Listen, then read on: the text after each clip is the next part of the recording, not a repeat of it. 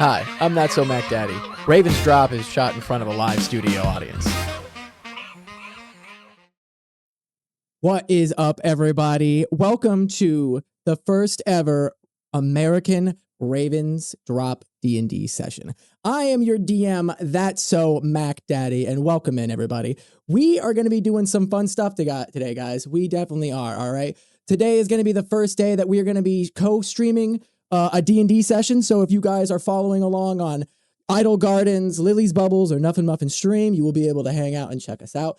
If you guys are ready for a fantastic time, don't forget we are using the DnD alerts today. So that means that you guys can affect the game. Also, I'm standing today.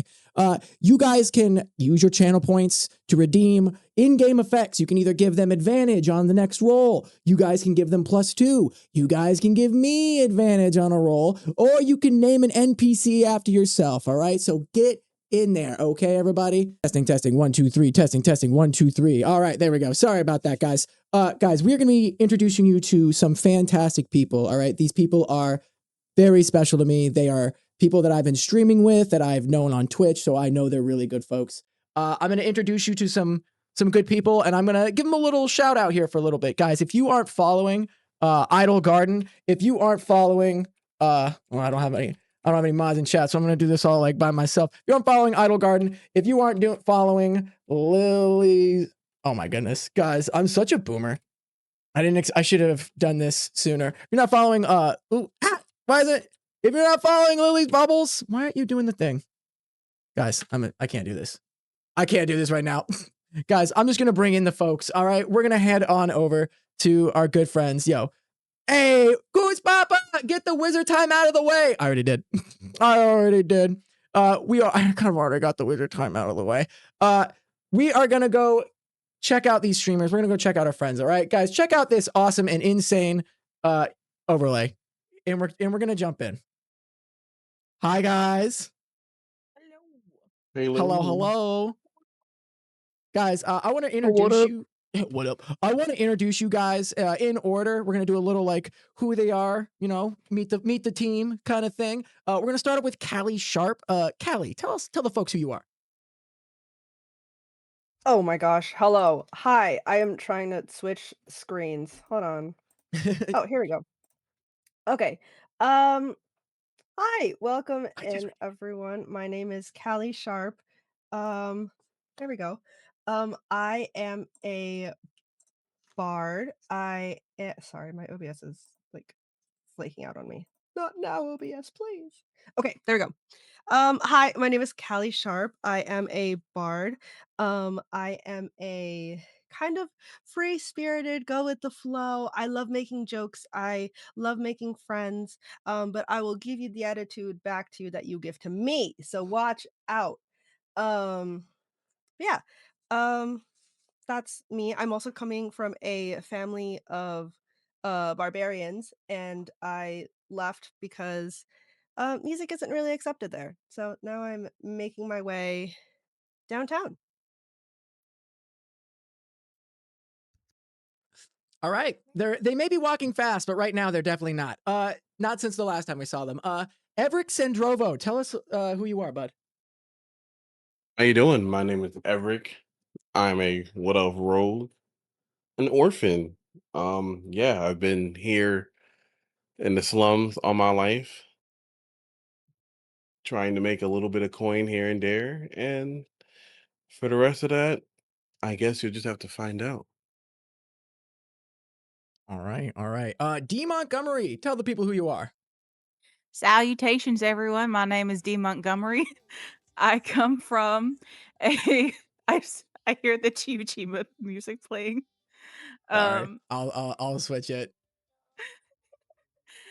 I am a half orc fighter. I grew up on the south side of Ravens Drop with my dad on his ranch. I'm very tall and very built because I used to do everything on the ranch. Yeehaw. Yeehaw. Nerissa, Seaheart, tell us a little bit about yourself, please.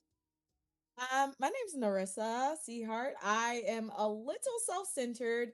Very well off, except for the fact that I've been, I don't know, volunteered to go to the city because of my good graces. And yeah, I'm just trying to make some money. Oh, All right. I forgot. I am a druid. There we go. I am a druid. Perfect. Sev Day, last but certainly not least. Good evening, good morning, wherever y'all happen to be at. I don't really give a damn. You're here, and that's what matters. My name is Sev Day. I am a human fighter. I grew up on the farms. I don't know what I forget the name of the farm. I'm half the time I'm down a tankard of ale. I do like a good drink, and I like a good face. So I'm just here doing my thing. I decided to go on an adventure because, quite frankly, I don't have no kids, I got no husband, and I felt like I needed to do something with my life. It may have been to impress a man. I don't know. My memory's a little hazy there. I don't remember. But I'm here, and hopefully we don't die. Hopefully we don't die is a great way to put that. For those that are following at home, we played a 0 session campaign where we kind of did like the whole coming together of the party, a little bit of the friction when we first started, and then a little bit of an adventure, and now we're picking up from the scenes of their last adventure. And on that, I think I'm just gonna hop right into the narrative. Does that sound good to everybody? We got all our stuff, all our snacks, all our drinkies. Yippee! Yippee! Yeah. All right, cheers, everybody, to a good game. Not sponsored. Cheers. Not sponsored. Cheers. Have to hide the logo. Okay, here we go. The mill burns in the dying light of evening. Flames claw upward through splintered beams and dry thatch, casting long, wavering shadows across the snow. Smoke coils into the darkening sky, thick with bitter scent of sap and scorched grain. The shriek of the ambling plants, once furious, now desperate, pierce the air as fire consumes vine and stalk alike, until one by one their cries are swallowed by the roar of the flame. Callie Sharp, your vision swims as you stare up into the teary-eyed eyes of Nerissa Seaheart. Your Triton friend cradles your head gently in her arms, her hands cool against your burning skin. Behind her stands Evrek Sendrovo, the wood elf, half crouched, breath tight in his chest. He caught you, as you remember, just hauling you from the third floor, collapsed before the timbers gave way. At Everett's side, Sev Day, the human farmer, kneels low on her haunches, staring into the inferno with a hollow, exhausted look. A few steps away, silhouetted against the firelight, Dee Montgomery stands, unmoving, broad shoulders tense, tusked jaw clenched, as she studies the burning mill like a wound she can't decide whether to cauterize or to mourn. Around your boots, the snow begins to melt. Water trickles through the ash and soot, hissing softly as it meets the falling embers. Above you, the sky darkens. Night's coming. All right. You guys left off on an adventure to put a mill back together when you guys accepted the contract from the Cuddy Sark Rejuvenation Project. Right now, the thing that you're supposed to fix is actively on fire. Scene. I mean, we can just say it was burning when we got here. You think they're gonna believe that? I don't know, but I could use some ointment or something. I mean, I'm still a little banged up. That's true. Are we even gonna get paid for this if we go back empty-handed? That's a good question. I mean, when the soot clears, we definitely can make a new windmill. It's just Yeah, did it have to be the same windmill? I like Dee's idea. I think we should just say it was on fire when we got here. We're doing him a favor. It was ugly anyways. So was. true. Yeah, it wasn't True, so all the bad. foliage is definitely burnt to shit. Good riddance, honestly. Absolutely. Can I get Okay. a survival check from Dee and Sev Day, because as I recall, the original plan for this is because you guys are farmers and potentially had experience with the mill that you guys wanted to put this together. Let's see how much experience you potentially have with this mill. Dee, as you're staring into the fire, you are horrified because you are not fully certain on how the mechanics of the mill might function, or if you have the ability to machine out new ones. Oh, Sev, you are just as panicked at the idea that the internal mechanics of the mill will be damaged. You guys are staring at the blaze going, I hope that it's made of stone. As you guys didn't really check the mechanics, it was all covered in like snow and you guys are getting attacked by plants. There's not really like a good, you have no good discerning of whether this might be good or bad if you could put it back together.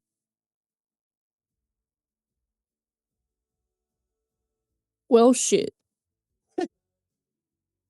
I think we should go back, tell them, look, we got there, it was on fire, and we found like these little critters. The bodies are everywhere. I don't know what they are. They're burning along with the windmill. Look, I don't want to say. My daddy always taught me to take responsibility for the things I done, but this I ain't never done something like this. I think we should just tell them it was gone by the time we got here. I mean, second that. What's better than a restored windmill than a new windmill? That's true. Y'all the experts. Okay. So the contract that you guys have says that tomorrow a group of builders are going to inspect the place. And once you guys get their seal of approval that the building is ready to be turned over, then you guys can collect your money. We need to convince the builders who came in and tell them, look, this thing was on fire, and I don't know what they want us to do. Well, we could start building a new one, or we could convince them that, look, it ain't our fault, pay up anyways. I mean, look what happened while the whole time we were here. Awful. What about our pain and suffering? We need to get paid for that. We could tell them Exactly. All that it's smoke art. inhalation. Yeah. It's First- art. It's modern. There we go. It's modern. So modern, it doesn't exist. Exactly. They won't understand. If they ask about the wounds from Callie on her head and all that stuff, we could just say she fell in the bushes from all the smoke. There's thorns in these bushes. That's true. Because I also fell in those before we actually went in. Exactly. It's also Pinkie Pie. They'll believe it. Hey, what's that supposed to mean? Yeah, she just gotta say them damn jokes. We'll get them right on our side. I, for one, like her joke. Thank you very much. So And they will very too. much. See? You're See, welcome. they will too. It's a compliment. is the Hmm. plan moving forward to convince the people that the snow building was on fire? The snow-covered building was on fire when you guys got here. Let me hear that. That's what we're doing. I mean, D Sev, how difficult would it be to make another windmill? What if we make it like half the size? You know, like we don't have to do a full windmill. Within 24 hours? I don't know. You guys lived out on the farm. Damn good farmers, we ain't no miracle workers. It's gonna take at least a week or two to build a whole new mill. Hope they got insurance. I was thinking the same thing. So if you guys want, and I'll allow this, even though you've already made your rolls, if you guys if Sev Day and Dee Montgomery would have put their heads together, I would allow one person to roll with aid. We're gonna call this max mechanical moment. All right, I'm gonna teach you a little bit about how the game works. All right, so if somebody is doing an action or making a roll where it's like a skill check or a saving throw, if you are proficient in the check, you can give the person advantage to that roll. But if it's relatively like conceivable, like if you're helping each other in a game show, you can like yell, maybe like tell them the answer, or if like you see someone struggling to jump something, you could throw them. You know what I mean? Something like that. So if is D or Sev proficient in survival? Yes. Yes. Okay. Oh, are we both? Okay. I mean, would make sense. So who What's your- wants to make the roll? It's you guys both have +3. You guys actually have like the same roll essentially. So it would just be like a whoever wants to roll it. Do me the honors of rolling this dice, Dee Montgomery. Absolutely, Chef Day. I'll do the honors. Where'd you guys get that dice from? Don't ask questions. Oh, a 17. Okay. Now, do you get to make another one? Just in case, you know what I mean? All right. Okay, yeah, we'll stick with the first one. So, With 18. yeah. So, you know that rebuilding these mechanics would be a bigger job than 24 hours. It would be very good of you guys if you could at least save the inside. All right, so we're now cleanup crew. We get like a bucket of water and start, maybe dousing the fire out. Maybe something like that. Don't we have a water genasi? Do we? I don't know. What is that? I think it's a good idea. You guys really should get buckets of water. Well, Idol, you're echoing in the share chat. Thought I muted it. I thought it was me. I was like, oh no. Sorry. I got kicked out and I came back in, so that's probably what it was. What if we just grab the snow, put it in buckets, and just... That sounds like a plan. That's pretty smart. That's not a bad idea. Do you guys want to start throwing buckets on like hold on, let me like mark. I'm gonna take my free hand, I'm gonna make it blue so you guys know it's not fire. Okay. All right. So you guys are gonna try to like throw snow on these like gears and stuff, right? Yes. All right. So I'll just watch. okay, so everyone, has checked out their character sheet prior to coming on. Is there anybody else that can potentially create water? I believe I can. Wow. But what if I wanted to watch them suffer? I mean, you can do that. I'm not going to say you can't. You know what I mean? Like, that is absolutely a character choice that you can do. Right. Also, I don't think you can. Actually, no. You can't produce water. Wop wop. Sorry. I may have lied to you. Okay. That might have been me. Okay. So who wants to go? Who wants to run into the fire first, y'all?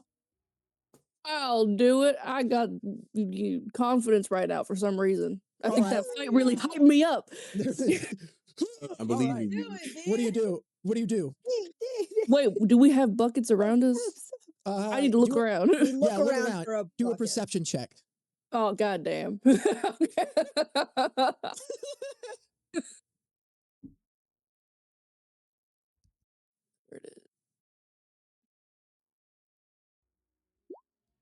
Ooh, you look around and you find like maybe not a bucket, but you see what looks like to be maybe a barrel that is like semi still together. Like the banding might be a little kind of messed up because it's been out here a while. The wood might be a little rotted, but it looks like it could hold something. You see also like maybe some crates, maybe with some like rotten grain in them. All right, I will use that. I'll use that. Is it heavy? Is it like really, really heavy? It's a relatively big barrel. It's meant to hold like large amounts of grain, but you are a relatively yoked person. Give me an athletics check to pick it up. All right. I was about to say, Sev, do you want some help? Oh no. You hear this? Sev goes to like wrap their arms around the barrel, and they just like a jerking motion, and you hear like a cracking sound. They're like, Bag. Give me a minute. I'm only human after all, please. I'm a half orc. Can I give it a shot? Yeah, Have at it. Have at it. Give me a minute. Go. You're crying. Ooh. So, Dee gets their hands underneath of it, and apparently the barrel was like stuck on some ice. You guys hear like a crack, a crunch, and it like picks up. And luckily, the barrel is like pretty much full of like ice and snow already because it's been out here a minute. It's also very, very heavy. She's on our side. Jeez. Yeah. All right, Dee, you have So, this ice barrel chunk. What are you gonna do with it? All right, I might not be able to see in front of me. Can somebody guide me to at least the portion of the fire? Hey, someone go in with me, please. Of course. All right. Sendrovo, you stare into the blaze and you can see billowing smoke. You're gonna take disadvantage on perception checks to walking straight into the fire to guide them. Is there anything you want to do prior to going into the fire?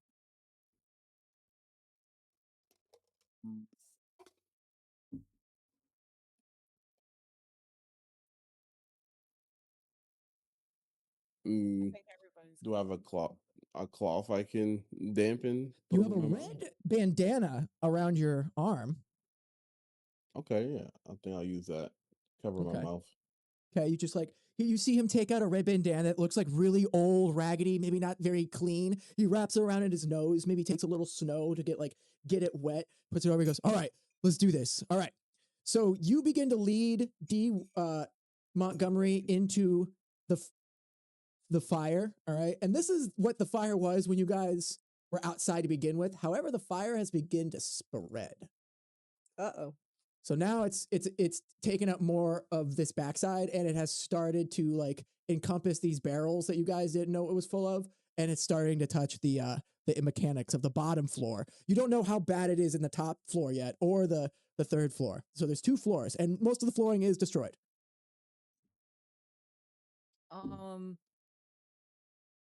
Can they still see us?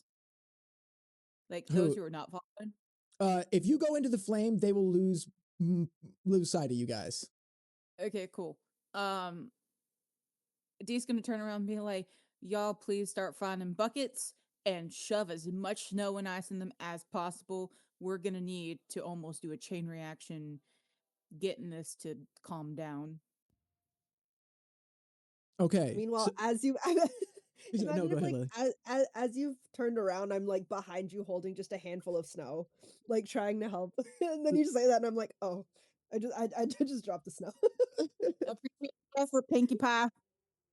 All right, I'm gonna start moving you guys into building. All right, so we got Sendrovo in the front, Dee behind them. You've got Callie, Sevday, and Nerissa outside still. What are you guys doing? Yeah, the ones outside. The ones outside. I guess I start to look around for something that will help. I mean, obviously, I don't think I can carry as much as Dee, but I can try to find something that I can hold. Okay, give me a perception check. What about you, Nerissa and Sevday? I'm managing. Perfect. Okay, what about you, Sevday? I'm clutching my back, looking around, trying to find an extra bucket or something. Okay, you notice that there is those crates next to you. You don't know what's inside of them, but they look like not too big, but bulky, but manageable. I grab one of those. All right, give me another athletics check. Another athletic check, please. I'm so break Also, my I don't back know if again. While they're doing that, Sevday, you have like stretched and you had like a good like pop in your back. Maybe it wasn't necessarily your back like giving out, but like your spine like decompressing and opening up, and you're like, it like maybe hurt at beginning, but now it feels kind of good. You grab the crate and you just like with one hand over a shoulder. Do you want to go for the other one? Great. Yeah, let's go for the other one. All right, give me another athletics check, but this time you can make it with advantage after your natural 20, because now you're just like, oh yeah, I'm back, baby. This is with advantage, so you get to make another one. The duality of Sevday. Good, bad. Yeah. There we go. All right, so you hold the other one underneath your arm, so you're like in an S form with the 2 crates. You're holding 2 crates. You don't know what's inside of them. I'm gonna dump them out on the floor. Yeah, Casually. you just like smash them like the tops because they're like nailed shut, and outpours just like rotten grain. Oh, that's nasty. Oh Yeah, God, I it's wish. stinky. Okay. I'm gonna quickly move away from this. Sevday moves away as fast as she can and gathers as much snow by dipping it awkwardly, and then moves inside the building with him. Okay, give me an athletics check to awkwardly just like plow snow with these crates. Also, you can like have people help you if that's what you wanted. It's all right. Absolutely I'm a fine. strong, independent woman. Oh no. Wonderful. Okay, Help's Nari- needed. Nerissa and Callie, you just see Yes. this giant woman just like taking these two crates and just like almost beating them into the snow, trying to like gather some. And Oh. every time they like pull it out to like scoop some, it just flies out the top. They're like, ah! Ooh, are you sure you don't need any help? Are you offering? Um, I'm not. would you take it? If you're offering, I'm more than happy to take it. I can't seem to get my footing right. I don't know. I think it's cause I skipped breakfast this morning. That's what it is. That's what it is. I skipped Oh, breakfast. why would you Maybe do because that? of your That's like back. it's like the most Oh important no. meal of the No, day. I know I'm foolish. Well, I would appreciate some help. You take the Yeah. one on my right. I'll take the one on the left. Okay. Let's go, team. Okay. All Are right. you gonna help us at all? Or are you just gonna stand there? Let's go, team. Well, someone's getting half rations when it comes to dinner tonight. That's what my mama Hey. always did when I ever helped out on the farm. I'm giving the team motivation. Thank you very much. Motivation. Yes. All right. Lily, give me an athletics check to start shoveling snow in bucket. And Sev, you can also give me one because now you're both like trying to shovel snow in. Nerissa, give me a charisma save. Give me a persuasion check. There we go. Oh, Sev's just like armfuls of snow are just being plowed into one of the crates. Okay, I'll see if that goes through now. That is not going through. That is not going through. Okay. Mine So is also not I need to I have the wrong browser open. Give me a quick second. I'm so sorry. no worries. No worries. Just make sure you guys look for in the browser extensions. There's like a little red like dice with a B. That'll be your Beyond 20, and that'll be the extension that allows you to roll from your character sheet and for it to appear on our virtual tabletop. Yeah, that's what I usually. letting me. I opened the wrong one today. I'm so sorry. No worries. It's all good. This is why we have session 1s and session 0s. We learn. We Yeah, I learn. have it on. It's just not. It's not working. Do I have to remove it and then put it back? Can you click it for me and see if it's like check where it's going for the tabletop roll?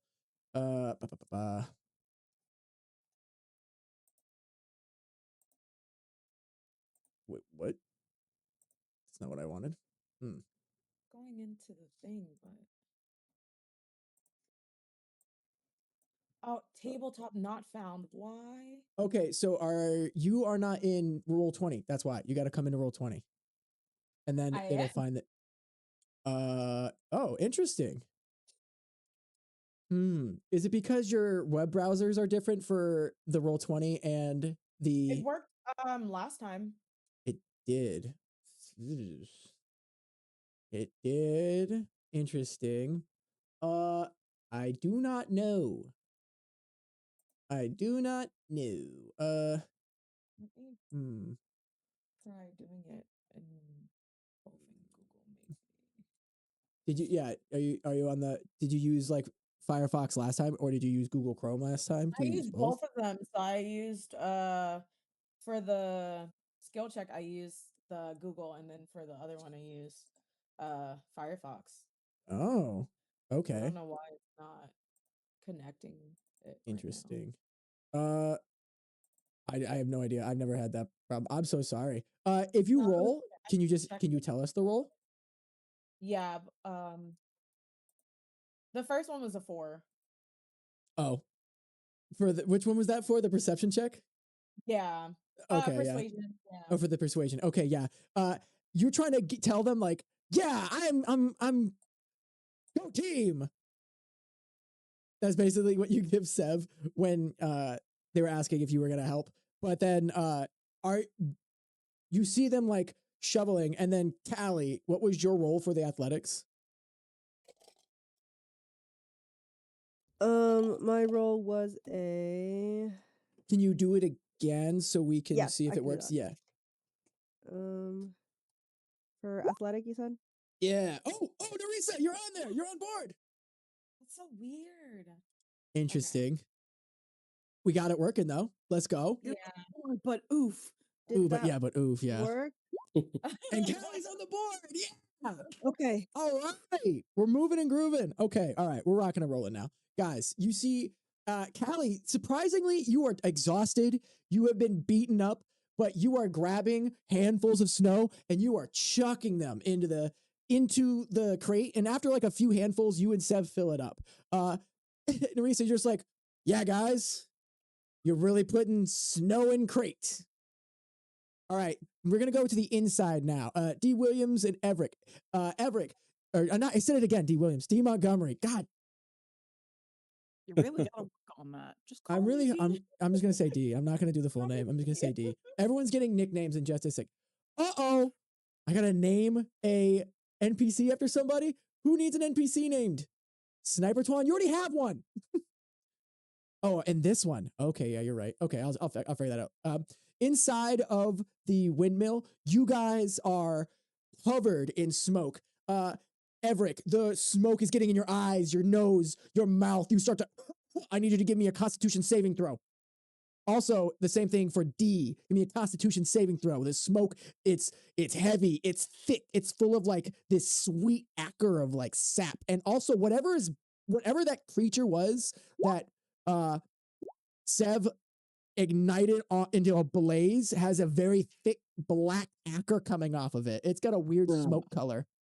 Oh, okay. Evrek, as soon as the smoke gets in your penetrates through your mask, because it was definitely not helping you at all, you like grab your chest and hit the ground. You're like,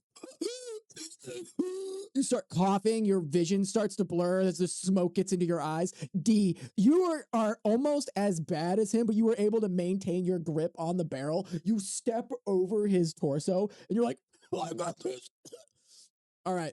Evrek, what do you want to do, bud? You are on the ground coughing your lungs out.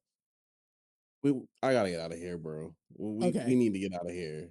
All right. I'm gonna give me another Constitution saving throw to like crawl your way, because if you stand, you're gonna pass out.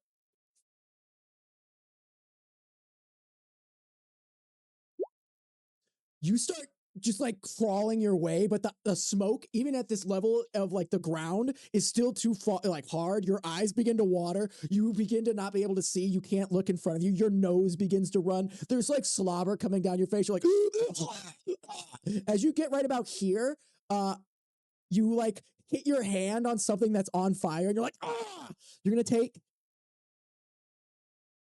1 point of fire damage as like the front of your entire palm has been like burned. You're like, as you can't see, as you begin trying to find your way out, you can't find the exit. You have no idea where you are. Do you want to yell for a friend? Yes, if I can. Yell outside. Give me another Constitution saving throw to see if you can get a good like breath of air. While that's happening, D, give me another athletics check to move this big ass fucking barrel.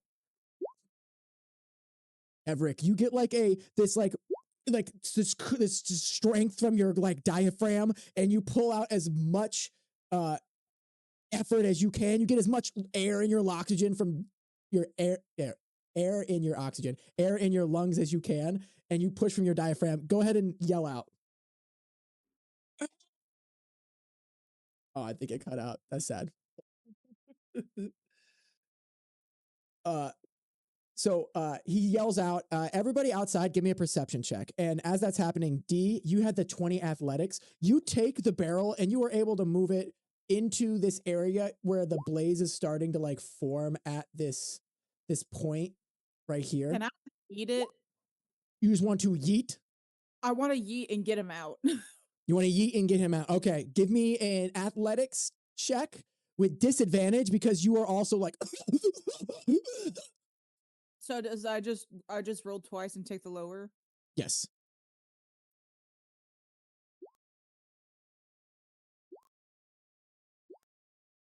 Okay, 7. The duality. Okay. You take the barrel and you But for some reason, it's the water in this heat has begun to melt, and it starts seeping through the bottom of the barrel, wetting the barrel, and the barrel was mostly frozen together. But in the heat, it starts to come apart. You basically throw like an ice chunk as it the wood splinters off and goes in every which direction, like sopping wet. I'm gonna say the ice chunk lands about here. This is your ice chunk. It just stays there, and it starts spinning around in the flame and starts melting. The water starts sizzling around the mechanics and the gears. As you look at it, you are trying to see through the smoke. If you make a Constitution saving throw, I will allow you to make a perception check to try to see through the fire to see if you can see what the mechanics are made out of. Ooh.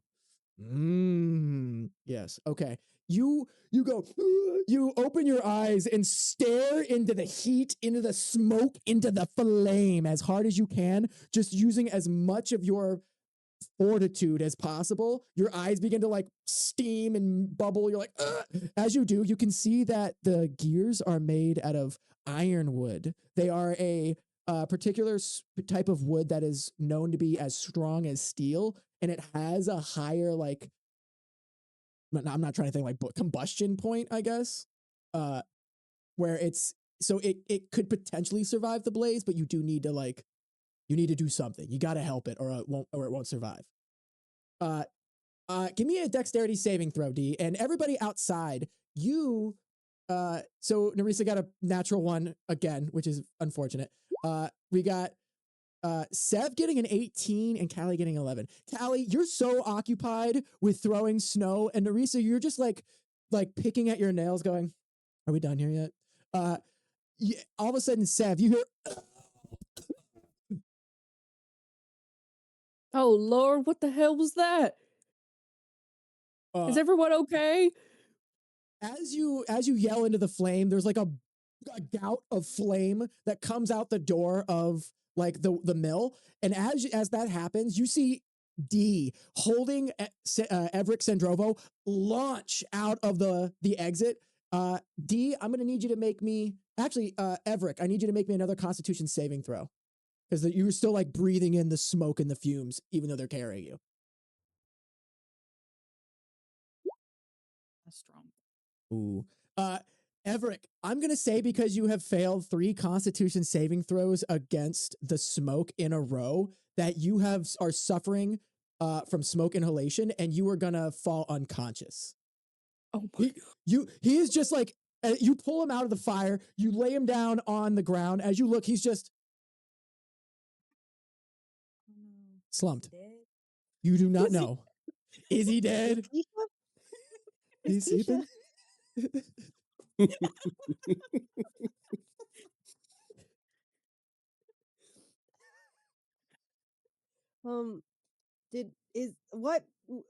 Is he okay?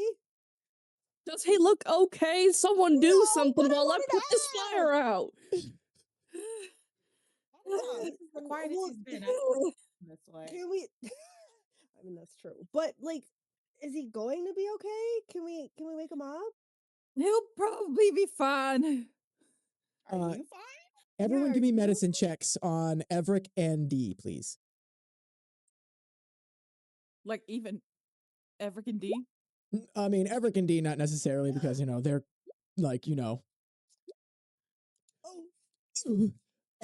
So, Nerissa, you are familiar with first aid, and you recognize that Evrek is suffering from some kind of smoke effects. You don't know the extent because you haven't really looked at him yet. You can try to go over and investigate him more to see pulse or whatever. But Sev, Callie, he might as well be dead to you. You're like, oh, he gone. You just cross yourself. Just like Miss Keisha. Sorry, that's a friend I had back home. I'll investigate. Okay, give me an investigation check. Also, Sev, you have a crate full of snow and a fire still ablaze. What do you do?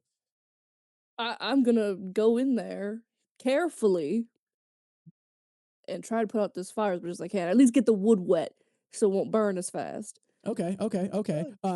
So you go into the blaze. Give me a Constitution saving throw, please. And Nerissa, you get into the snow, and again, Nerissa is just wearing like a summer dress in full winter. Doesn't seem to mind the temperature difference. Doesn't seem to mind the snow. They're wearing like a really elegant like sandal like slipper kind of deal. Definitely not no boots, no nothing like that. And they get into the snow. They like look over Evrek and like. Give me another medicine check, but since you rolled so high, I'm going to let you make it with advantage this time. And then Sev, the Constitution saving throw. You push into the fire, you take your arm and you put it over your nose and you take the crate and you just start stomping forward. Where do you want to go? I'm going to try to go towards where I'm familiar, where the gears usually go. So I'm going to try to make my way over there. Okay. You get it right about here. All right. The smoke is heavy, but you were like keeping your hands underneath your eyes closed. Your nose is covered as you can. You're not breathing through your mouth. You're like holding your breath as you walk into the smoke and the fire and the blaze. It almost burns your skin to start being this close. Go ahead and give me are you just trying to try to like what Dee did? I'm not going to throw the whole barrel or whatever it is I have in my hand. I'm just going to toss its contents as far as I can into the fire. Yep. Okay. All right. Yeah. Give me an athletic check for that, please. Or an athletic skill save. Athletic skill check. Excuse me.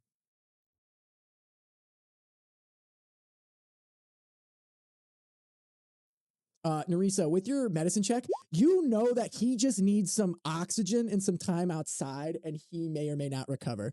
There's really nothing that you can do aside from healing him magically, but you used a first level spell on Callie, didn't you? Last game. You did, yeah. So you are maybe not as liquid in the magic department right now. Sev, where do you want to put the contents of this barrel? Hold on. Probably, if I'm right here, I'm gonna try to get it as close to the flames as possible. So like just you want to so I can make a path. So you would want to like throw it like right here? Yeah. Okay. Unfortunately, with your 11, you make it right about. Ooh, that's not what I want. There we go. That's not what I want. That's come on, work with me. I'm just gonna move it like this. This is ridiculous. You get it right about here. There's just like a pile of snow that just goes. It just kind of like flops over the back of the crate, like completely goes up. The top goes down, and it just kind of like dumps it almost immediately at your feet in like a line from where you are to like the gear, and you're like, ah. Oh. Well, shit. Is the snow melting quickly, or can I go over there and kind of kick some of it into the flames? Give me a dexterity saving throw. Oh shit. Yeah, Nerissa, Okay. because you're trying to shuffle your feet like around this burning blaze, like kicking it up. Nerissa, what did you decide to do with our boy Evrek here? I think I'll use my cure wounds. Okay, roll for healing.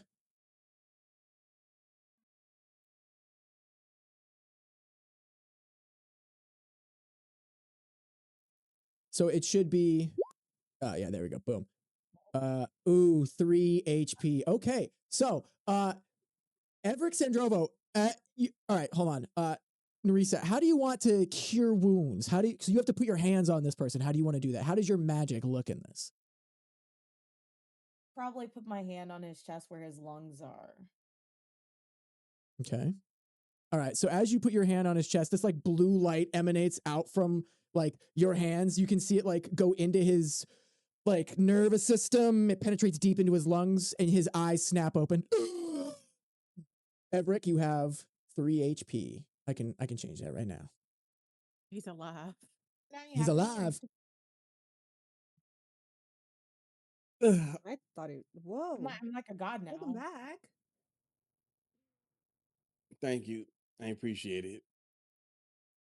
Evrek, you stare up into the eyes of like the very like, I don't want to say blasé, but the almost unfeeling eyes of Nerissa. She's like, now I'm a god to you.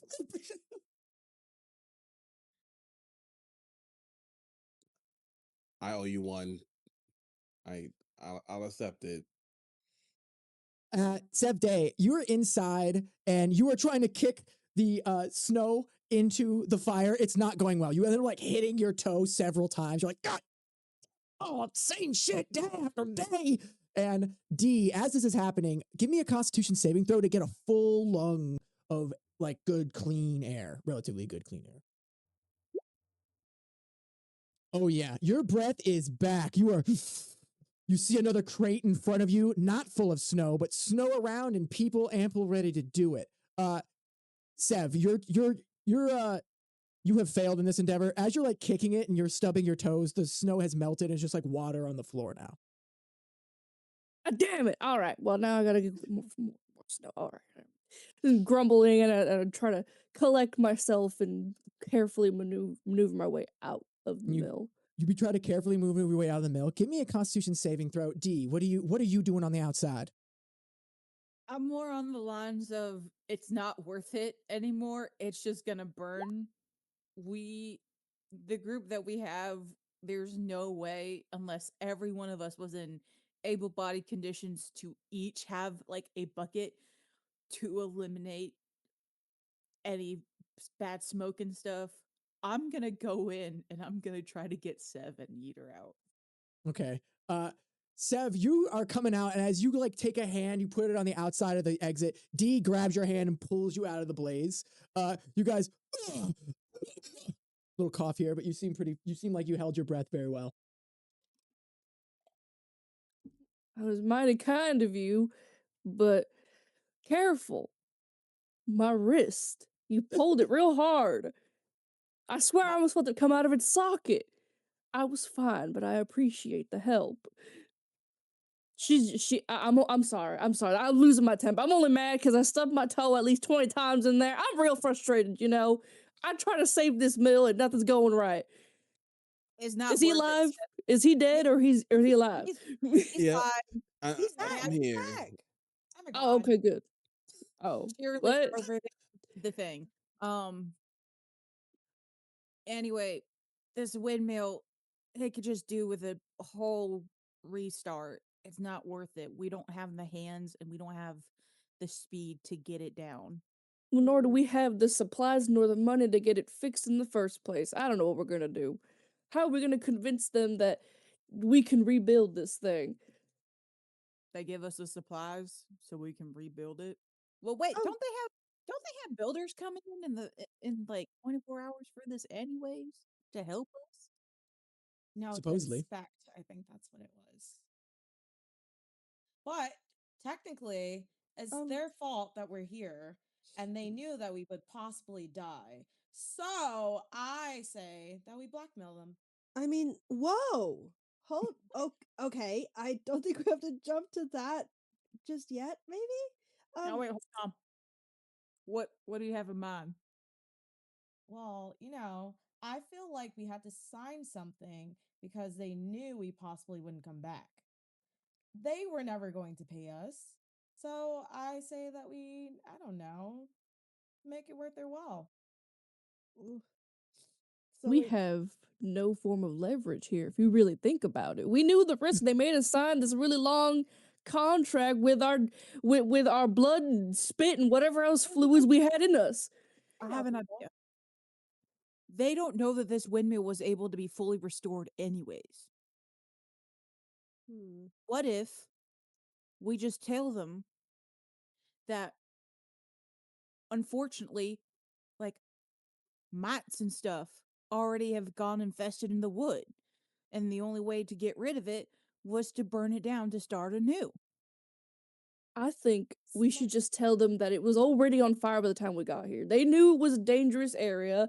They knew that people have come here and have died in the past. I say we came here, it was already on fire. We tried to save it with our valiant selves and we got hurt and they need to pay us. I don't think it You being can use on me as proof fire. that we got hurt. That's true. And me. Exactly. But this place is snowy. How are they going to believe that we didn't start the fire? Well, we could say that we We need to stage the scene, you understand? We need to make it seem like there are multiple footprints leaving this place. We gotta stage it. We gotta make it look real. We Yeah, got held up okay. because I don't know. Something. We gotta do something to convince them. What if we say a random lightning strike just struck the, windmill? That's happened before. But it hasn't been raining nor storming here. It's been clear as day. Literally. Sure, you know? We don't know what are in these woods. I'm just saying, I think it's a plausible idea. We can get away with this. We staged the scene of a crime that never happened because we did it. I like the mites. Well, maybe don't tell them that. Well, I mean, I was thinking maybe before we fully commit to this whole con artist scheme. What about your friend from the tools tent? Leo? Do you think he could possibly help us out now? we'd have to go all the way back and find him. I don't know what he would do for us in this situation. I mean, I don't know. I put my idea out there. We're not being con artists if we just, at the end of the day, what's the little white lie gonna do? Nothing. How are they gonna know? This is a very big white lie. Big, small, a lie is a lie. And I mean, Wait, that's theoretically not- speaking, we still couldn't even look at all the infrastructure. So, what if we combined all of it? Combined to how? Like, say we got here, we didn't start the fire, something came along, started the fire, realized halfway during our inspection before the fire started, realized that a lot of the wood was not inhabitable. And then the fire, because of the wood not being inhabitable, took light. Smart And now, D. and now here we are. I mean, it seems like we have no other option at this point. Because Excellent plan.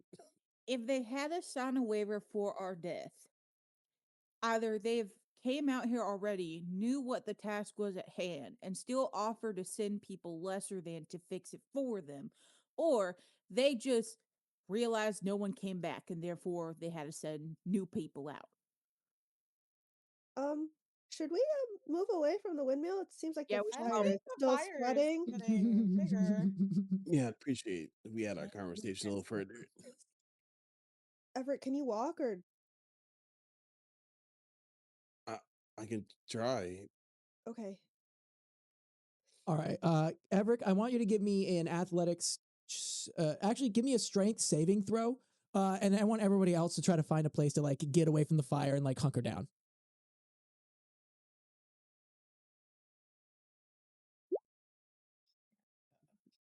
Ooh, Evrek, you are weak, bro. Your lungs hurt. Your chest hurts from coughing. You try to lift your head and your eyes your vision spins. You're like, oh, maybe not.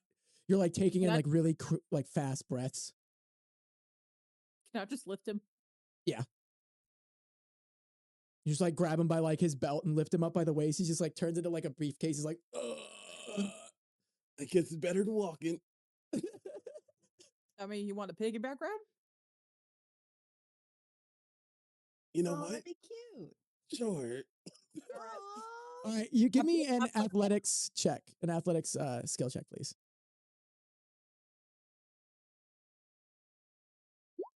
You ragdoll this boy. You just go, all right, fireman style, grab him, put him over your shoulders, and he's just like, as you guys are walking. Does anyone want to make a perception check to try to find a place to go, to try to find a place to hunker down in this place? Yeah, let's go. Evrek's a backpack now. Evrek's a backpack now. Ooh. And now it's a hat. All right, so Nerissa, you have just been looking around pretty much the majority of the time that you guys have been trying to fight this fire. And you've been looking at the landscape, you've been looking around, assessing the situation, being a manager, assessing hazards, recognizing risks, implementing controls, okay? And as you're staring around, you see what looks like to be some kind of temple just a little bit down the street from where you guys are. It has what looks like to be a relatively structured roof. There's like snow on the top and it's not falling through. You see there's some kind of door. The windows are relatively intact. And it's only like a couple of 100 yards from where you guys currently are. Sevday, what you see, on the other hand, is some kind of, maybe there is like a manhole in the ground. What the hell is that? Kind of What's curious. what? There's some type of hole in the ground. There's a disc on the ground. I don't know what this is. Oh, Do y'all see over there? anything? I think I see it. Well, I see a temple over there with a roof and doors that's not burnt. I Hmm. mean, I but does it think look it's fine. intact? I mean, yeah, it looks a little culty, but absolutely. Are Culty? there dishes in there? Did you say culty? No. Yes. Cold tea? Cult? Yeah. Tea? Yes. But warm. It's a Oh, roof. we're just gonna step doors. into a warm cult. All right. Well, I you don't know if mean- it's a cold. I just said it looks a little culty. That's all. I mean, what if there's mole people down there? That's scary. Mole- Exactly. You're worried more about mole people than a cult? I'm be more worried about a cult. They feed you. As you guys are arguing about which way to go, I want everybody to give me a perception check.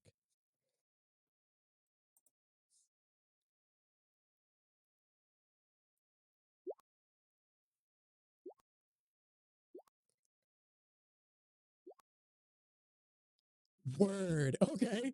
The best rolls of the entire game from everybody. Okay. There goes that idea. All right. You guys hear a snap of like something from behind you guys. Like, all right, I don't want to keep saying like, let me just show you guys. It's shift. Coming from this direction all the way over here, you guys have, I'm gonna put you guys back in the middle of the map for the stream, but you know it's back up, it's up there, okay? I can just do this for you guys. In the upper left side of the map, to the north of the mill, there is some kind of sound that sounds like metal scraping against stone. You're like a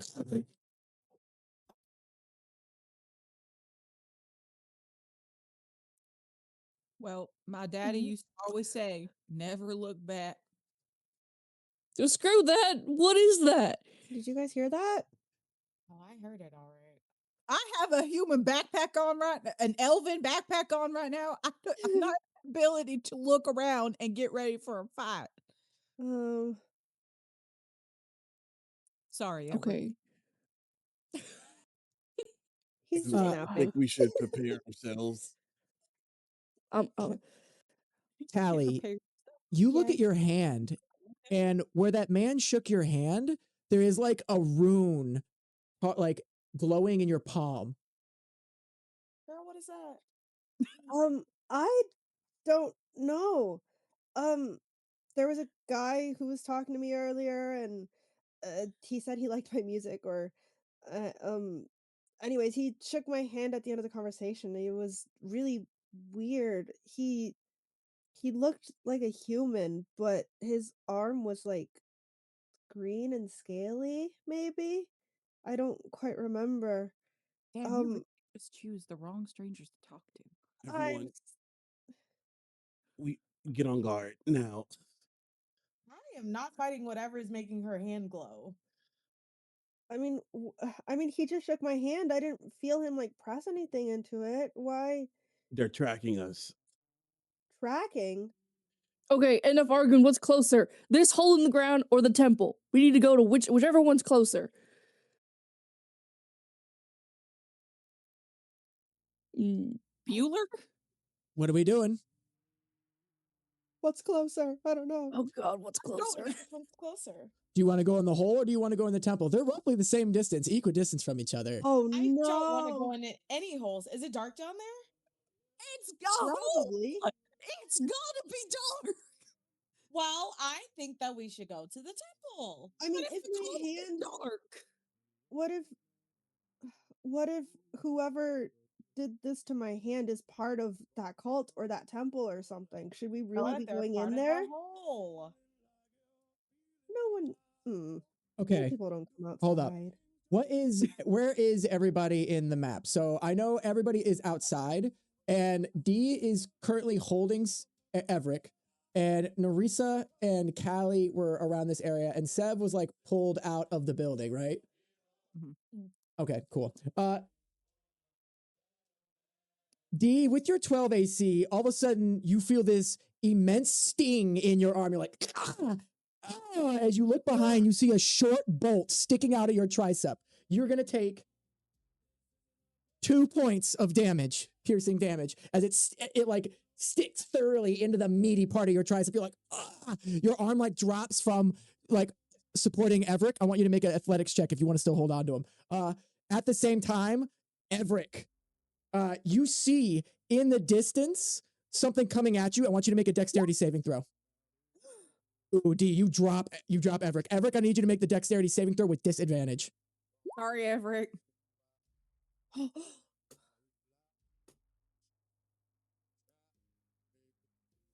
Can I take the bolt out and throw it? Evrek, I back need you to at make it him? one more so we can take the lowest of the rolls because it's disadvantage.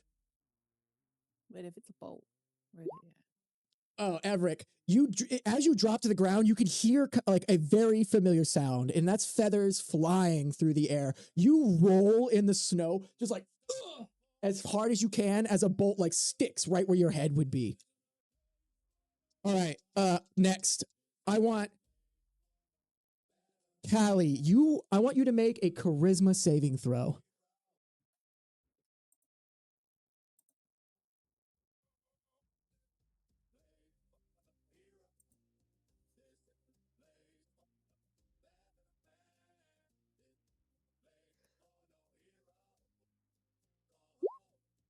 Ooh, Callie.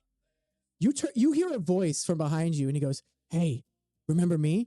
And you turn around and you stare at that individual. Their like scaly hand is now glowing green. Your hand begins to glow green in response. With your charisma saving throw failure, you are going to be under what we're going to call hypnotic suggestion. Okay, and he's gonna ask you. He goes, "Hey, did you get the building scroll for this yet?" The building scroll. No. Oh, that's unfortunate. Well, we'll take care of that later. Anyway, do you mind just getting down on the ground for me? Okay, I guess I slowly lower myself and I kind of Mhm. like You slowly like myself start on my getting on the tummy. ground. I want everybody to roll initiative.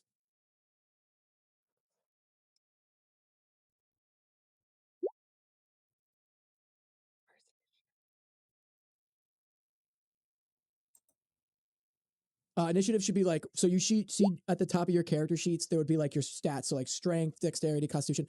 Right next to I it, you'll see. see your, Sorry. boom, boom, boom. Very Yeah. middle. Sorry.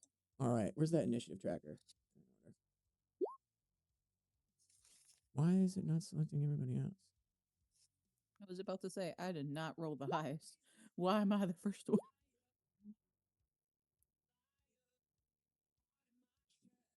It's only counting a few. Where is it at again? So initiative should be like, you rolled intelligence, so it should be right underneath of that.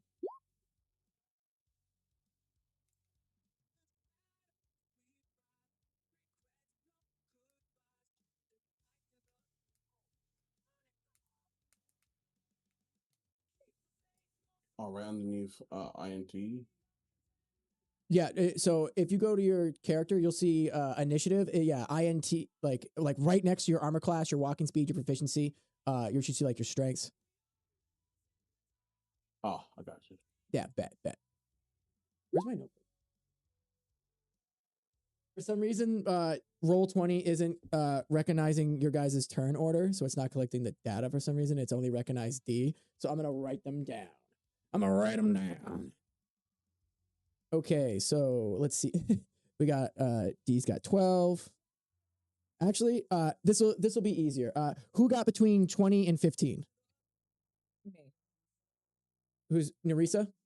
Oh, sorry. Yeah. Yeah, sorry. I got a 18. All right, perfect. Who got between 15 and 10? I got 11. Callie. Bet. All right. Who you got 11, Callie got 12, and Correct. 7. All right, bet. And then who got below that? Anybody else? That should be everybody? Yeah. Yeah. So wait, Dee and Callie, you guys have the same initiative. You guys can choose who goes between the two of you because you guys also have the same like bonuses to it. So you guys get to decide when you guys get to that point. Okay. Sorry, Callie and who? Callie and Dee. Yeah, Dee. Dee, maybe you should go first. Okay. Okay, so Dee's going first and then me. All right, bet. Okay. So Callie, as you are like getting on the ground, the warlock walks up to you and he's gonna take his glowing claw hand, and I want you to make an athletics check for me. Oh, okay. Sorry. You said athletics? Yes, please.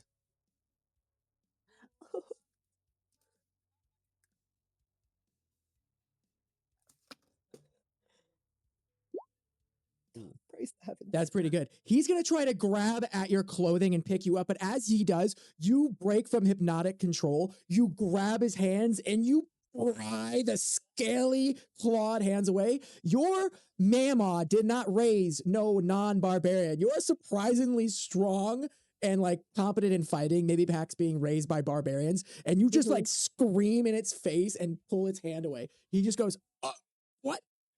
He's going to use his bonus action to activate. You see him take the hand and like wave it over himself, and a green cloak of scales like ethereally appears on his back, and he's going to take like a readied stance. Nerissa, you see your friend is getting like manhandled by some crazy dude, while at the same time, Dee just dropped Evrek and there's bolts flying from in front of you. What do you do? How close am I to you? I'm not that far from you, right? From who? Callie? Yeah. You're only a few feet away from them. You could easily close distance, 10 feet. I want to go over to her side and pull out my weapon. What weapon would you like to pull out? What is your weapon? Miter, my scimitar. Your scimitar. Okay. My scimitar. There you go. You whip out your scimitar. Okay. Shoo! What do you want to do with it? I'm gonna try to attack him. Okay, go for it. You've had technical training with the scimitar in what I would call wait, scimitar. You don't have a scimitar. Oh, yeah, you do. Okay, my bad. You definitely do. You have been trained in like ceremonial like scimitar like use. It's very flashy, it's very elegant. There's a lot of spinning and twirling. You almost like dance up to him. Yeah. All right, go make the attack. Ooh, a 15. You see your scimitar, he takes his like skeletal, his like scaly ethereal cloak and like pulls it over his torso. And as he does, your scimitar like slashes off of it.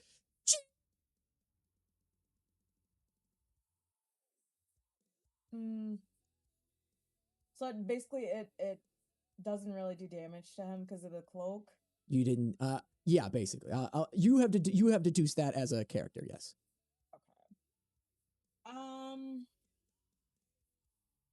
At least for that swing. You don't know if it's like a shield or if it's like increasing his AC or anything like that. Okay. I am going to try it again. You only have one attack, unfortunately. Oh, well then I'm just gonna stand there. You're gonna stand there? Okay, bet. Hold on. I gotta fix the map for the stream so they can see everything. My bad, guys. They probably would want to see what's happening. There we go. All right, and then I pull everybody back up. Script, and then here's the cord. Okay, perfect. So as you take your scimitar and you bring it down on top of him where his ribs were. He flourishes the cloak. Your blade bounces off, and you look down at Callie, and she's like, you look up. Nerissa, that's going to be the end of your turn, unfortunately. It's going to be my turn again. Evrek, you see coming from what looks like to be the wooded area to the north is a heavily armored individual with a shield and a sword at his waist. But right now he's got a crossbow drawn on you, and he's going to take another shot. Can I try to roll again to get some cover to the tree? Or are we close to any trees? You are close to Can we no get the fire? trees. There are no barrels, and there's not much cover around you because you guys have been trying to use it to fight the fire. I'm going to say you are not able to get a dexterity saving throw. The bolt is going to fly. It's going to hit what looks like to be like a part of your shoulder and glance off because I only rolled 1 point of damage because you're like deep and buried in the snow. You feel like a burning, you're like, D, you see his crossbow is going to get jammed. He goes, oh, God damn it, piece of shit. And he throws it down and then he draws his sword and his shield. Evrek, you are on the ground, shoulder now bleeding, teeth grit. What do you do?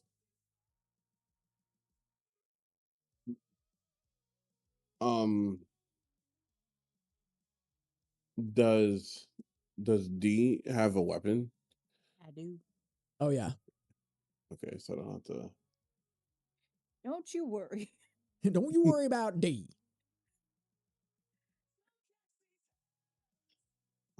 And then you said we're out in the open, right? So You're it's not pretty in the open. He's got line of sight on you. If you wanted to like get out of line of sight, you could duck behind the walls of like, because he's got sight of you right here in this area, and he can move anywhere within this area to see you. But if you were to just get out of line of sight, he wouldn't be able to see through the building. Okay, could I get around the wall? Yeah, you can get around this wall if you wanted to. You pick yourself off the ground, which is going to take half your movement, but with your 35 feet, because of your species, you can move 15, we'll cut out 20 more feet in this direction. Okay? Okay.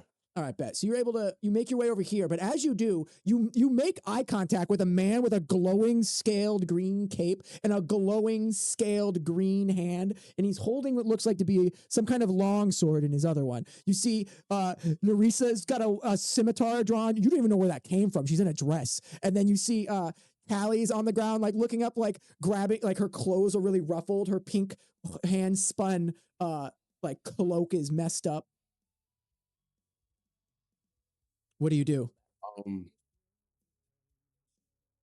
Is there like a do I have a opening between him switching from the cloak? You see that it's like he's like putting it up to like a throw matador something? to like block you guys, but now that there's more people, he's trying to like move around. You could definitely get a shot with your throwing dagger if you wanted to take it. Yeah, I want to try to throw.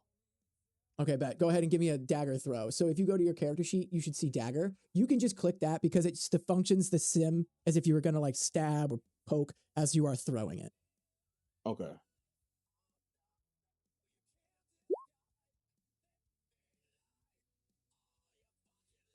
Okay, so you're not going to get sneak attack because you don't have advantage to the roll. I don't know why that rolled it. So it's just the 5 points of damage. Okay, so you rolled a 24, which dead eye, you see like as he's moving, you immediately recognize the pattern of his like waist to moving and like his projection. You throw the dagger right as he moves the cloak away. It like goes right past the cloak and hits him right in the shoulder for 5 points of piercing damage. He grabs his shoulder. I'm going to make a Constitution saving throw. Okay, I succeed my Constitution saving throw to maintain my spell. He goes, God! He swears behind his cloak. Okay, that is your turn, Evrek. D, you and Callie made the decision that you would go first. D, what are you doing? Your arm has a bolt into your tricep. You see Evrek has kind of like run off because he doesn't want to get shot again. And there's a heavily armed warrior, and you saw his crossbow jam. What do you do? I pull out my unjammed crossbow. You just go, well, let's do this. As soon as you like pull down, it like springs open, you load a bolt, and you level it at him. Go ahead and fire.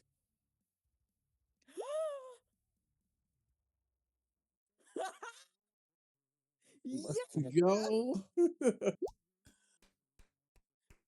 Daddy Okay. just raised bitch. Boom. No, he certainly didn't. Go ahead and roll with critical. So you go ahead and roll 2 of the die that you would use. So I just roll it twice again. You can roll it twice. Yeah, that's fine. Wait, hold on. All right, I got it. And Okay, then- 5. All right. Okay. So, all right. You take the crossbow, you level it at him. You see him like drawing his sword and his shield, and right as he gets to the point where he's like crossing in between them, you take the shot and it lands right in his neck. It goes. He's gonna make a Constitution saving throw. He like falls to one knee and goes. He starts reaching for something in his back pocket. Callie, Dee, you still have movement. And you still have the ability to do second wind, I believe. Let me go to your features and traits. Wait, are you fully healed? I'm not fully healed. I'm just trying to think of it. But It's up to you. I could do second win. Well, wait. If I do second win, can I attack him again? No, that's action surge. That you're gonna get that soon. All right. I'll just play it smart and kind of move a little bit closer to like the side of the windmill, so I'm out of sight. Okay, you're gonna do what? You're gonna follow the Evrek example. Back up. Here Yeah. he gets. So do you see this man? Like blood is spurting from their neck onto the snow. He's reaching for something in his pocket, and you like back up. All right. As you back up, you turn to see what looks like to be a man in the scaled green cloak, green hand. He's just been a dagger is in his shoulder, and he looks pissed. Oh hell no! Callie, you have seen all this take place. You're just like, and now you're like, it's my turn. God damn it! What do you do? Okay. I will. Where is it? Oh, that's not it. I will use my. How far is the? So is the dude with the stuff in his neck? Is he completely incapacitated, or does he technically is he technically still up? He's alive. He's not incapacitated. He's reaching for something in his back. Well, you don't see this actually. Right. Right. Yeah, you don't see this. Am I close enough to him to use my darts? Your darts are 30 feet. You would have to move. So 30 feet. Actually, are darts 30 feet? Let me look at your darts really quick. They might be 60. No, your darts are 20. So you would have to get relatively close to him. You would have to. Okay. Here, let me make him small so we can get the exact position of where he is. Okay, so he is here. All right. Oh, and I see. Okay. you could walk to here, and then you would have to walk to like here for your darts to be effective. And I don't think you have that. Dang. You don't have the Okay. movement speed for that, yeah. You also have a spell that you could do if you can see him. That's a cantrip of yours that's got 60 feet of radius, as long as you can see them. I guess I will do Vicious Mockery. Okay, so you're gonna Can I do peer that? around the building after seeing your friend just go, bitch, and then like duck behind the mill. As you look, you see this heavily armed, like heavy dreads, like big, heavy, dark beard, dark skin, heavily armored in this very flamboyant armor, big shield, like on the ground as he's like reaching behind him. He like is trying to like pull the bolt out, and you see some like red vial in his hand. And then, so you see him, and you're gonna cast Vicious Mockery on him. Yes. What do you say to him? So, let me see. Well, I'm really concerned about my friends, right? So I'm just kind of like, How dare you touch my friends? You're like, you can't do that. Also, why are you hurting us? You're probably just a loser who's trying to prove himself to someone. Who knows? But they probably still don't care about you and probably still won't even after you do this thing, which I don't know what As you're trying to do. there's like a stream of like Like some girly? kind of just like words, like a blurb. You see like the words coming out of their mouth like spelled out, and it like hits the guy in the head. You see, go ahead and roll damage because he failed his wisdom saving throw. Just on the effect, is that where I do that? Yeah, I'm pretty sure you should just see like it shows next to vicious mockery. You see effect. It says 1d4. You should just be able to touch that. Callie really went around the corner and went, nanny, nanny, boo boo. Nanny nanny boo boo from Spyro. Did it work? I don't think it worked. Hold on. It said 1. Oh, There you go. Oh, there it is. 1. Okay. All right. So you see like his one of his nostrils begins to like drip a little bit of blood. He's like, what? My mother loves me. They think I'm a loser. They don't think I'm a loser. You see like his eyes begin to water. Blood comes out of his nose because you've like ruptured something in his brain. He's taken 1 point of psychic damage because you've just hurt him that bad. Callie, you still have some movement. What else would you like to do? Okay. Can I? Who has the lowest health? Would that probably be Evrek? You don't know right now. You could do a quick perception check. I will allow that to Okay, see okay. what your friends look like. Okay, because I want to do healing word on Evrek, I think. Let me do my perception check though. Perception. Hmm. 12. I'm gonna say, looking at your friends, everybody except for Nerissa seems to have some kind of scrape, scratch. Dee's got a bolt in the arm, which I did Oh, not. right. I did not change that because you took 2 points of damage, so that would put you at 8. My bad. And then Evrek's bad. Evrek is not looking hot. Okay. So then I will, if I'm able to, I will walk over to Evrek and use healing word. So the beauty of it is you don't have enough movement speed Oh, to get there because you moved it. right, but it's a 60 feet range, right? Yeah, so you can just talk nice to Okay. him. You talk bad to this guy, you talk nice to this guy. Yeah. That's how I do. That's how I do. That's how I do. Okay. So may I use healing word then? Do I Absolutely. Go ahead and roll it. Same thing, like Uh, effect. You should see like a die roll happen. Oh. I think I pressed cast, but that's okay. That I think that just changes it on your sheet, maybe. Did it? Okay. 5. That's pretty good. That's actually really good. Okay. So Okay. what do you say to Evrek to give him his 5 healing? I'm just like really emotional with like how much we've gone through in so little time, and so I'm kind of like tearing up, and I'm like, Evrek, please, you have to be okay. Please, Evrek. Oh, it's the friends we made along the way. Evrek, as you hear this like actually mournful cry that pierces through like even like the blaze, the sound of battle, the wind in your ears, you hear it very clearly, like as if she was like right next to you. And as it does, like your chest begins to like fill up with air. Your head stops spinning. You're able to stand as you gain 5 points of HP. That brings you up past full. That brings you to full, brother. Yay! This song has restored my strength.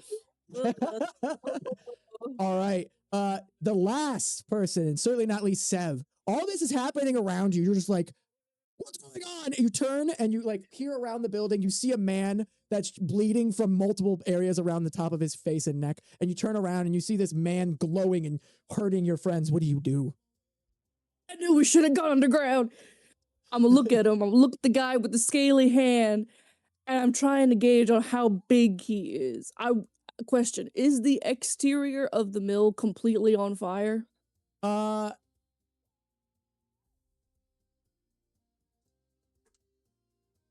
gonna say, with the degradation of the mill, as we know, the fire spreads very rapidly. The entire mill, probably on the inside, is on fire. The entire outside of the mill is probably on fire. Evrek, you're already feeling the heat of the blaze on your back. I'm going to move you a little bit away here. He's going to get shrunk to his normal size, which is going to be over here so you guys can still see him. He's on the bottom one, okay? His feet are where he are. I just have him taller so everyone can see. And I'm going to say, yeah, the outside of the building is on fire now. Okay, because I would like to toss his ass in the fire. Okay. Go, all right. That's a plan. Let me see what you got in movement. Ooh. No. Oh my god. Okay. No. Hold up. He's 5 feet away from you. I'm gonna say if you're gonna charge him, you would make up the 10 feet extra that you need, but you wouldn't be able to throw him. You would have to pin him into something. You know what I mean? Are there a bunch of thick branches on the ground, like, barks and shit? There is this part of the mill here that is like I can't highlight it. I'd have to like circle it. Hold on. I'm gonna freehand this bad boy. It's gonna be in green. This part of the mill. God damn it. Fuck me, dude. Why is this happening? Why am I like this? Why am I like this, guys? I'm so sorry. This part of the okay. And of course my headphones die. Okay, let's try this again, please. Freehand. All right. This part of the mill has like started to collapse and like it's kind of like partly laying on the ground. Okay. I also have rope in my inventory. Would it cost an action to like quickly try and take it out and maybe just run at him with it and see if we get tangled enough? Can you give me a survival check to see if you would have made some kind of like lasso potentially, considering you are a farm girl that works on like a cattle ranch potentially? Yes. Let's see what that survival looks like, and then we'll see what happens after that, how you feel after that. God. Oh, God. You are not as deep as rooted into this as your family, maybe. You have not prepared a lasso-esque type of thing. So yeah, if you wanted to just have the rope out and run at him and try to like grab him with it, I would allow it if you would make a athletics check for me. Yeah. But all right, so you're still gonna have to charge him, which is gonna cost you your reaction too. Okay. All right, perfect. So let me see what I need to do. Yeah, you're gonna have to use the full so you're gonna use your full speed to get to here. So now you've made up. Go ahead and roll the athletics check for me. Okay.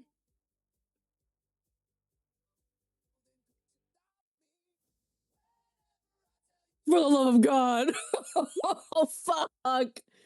You run at this man. You're running in the snow. All of a sudden you hit it's like a very slush piece of ice / slush / snow. Your foot gets like up from underneath of you and you sprawl in the middle of your charge and land right at his feet as he looks up at you.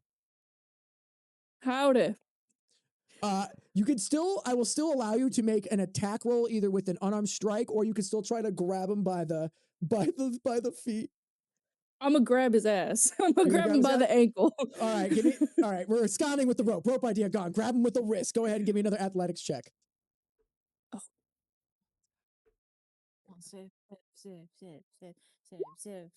Yeah. Yeah. Okay. You grab this much smaller individual. He's probably about 5'8". He's not tall, he's not big, but he does have a scaled dragon claw hand. You grab him by the ankle and go, "Get your ass down here with me." And you yank his leg out from underneath of him. I'm gonna make it doesn't really matter, they're the same. I'm gonna make a check. He falls right on his ass. All right. Unfortunately, since you are also prone, I will not allow you to make a grapple check to keep him on the ground, okay? But he is on the ground with you now. You guys are doing that thing where your head's here and his head's here and you guys are looking at each other. Hey, how's it going? I'm gonna look towards my team. Let's get his ass now. Jump him. Okay. That means it's the top of the round and the warlock is first, unfortunately. He's gonna, because you use your reaction to grapple him when he gets up. He's going to use half his move speed to stand. He's going to take the hand that's glowing, and he is going to cast Arms of Hadar. Oh fuck. Okay. I'm going to get rid of this thing that I drew. Hold on, let me delete that, and then I'm going to put you back where you were. All right. And then I'm going to use this. Okay, so the green is the Arms of Hadar. I'm going to cast it right here. All right. So as he takes his hand, you see these giant ethereal like claws burst from underneath the snow. They stand like 10 feet tall. They're about 5 foot wide of just giant dragon claw, and they're going to lash down on top of you guys. I'm going to need everybody to make dexterity saving throws or be pinned underneath ethereal dragon claw. So that would be Dee, Nerissa, and Evrek. God damn. Okay, never mind then. Ooh. Actually don't. Okay, so on a successful save, you guys are going to take no points of damage. You guys dodge out of the way of these claws. You're like, Nerissa, you're in your dancing scimitar like form, so you're just like dancing around the claws. Dee, you are like, you take your crossbow, you pull it to your chest, and you're also like watching Nerissa just dance around them. There is a obvious pattern to them. Unfortunately, Evrek got caught by the claw. It lifts underneath his like feet, grabs him by the torso, and is going to slam him on the ground. Smash! Evrek, you take 5 points of damage as you are smashed into the snow, into the ice. Your back has like a cracking sound. And now I need you to make an athletic saving throw as well, please. Get over here.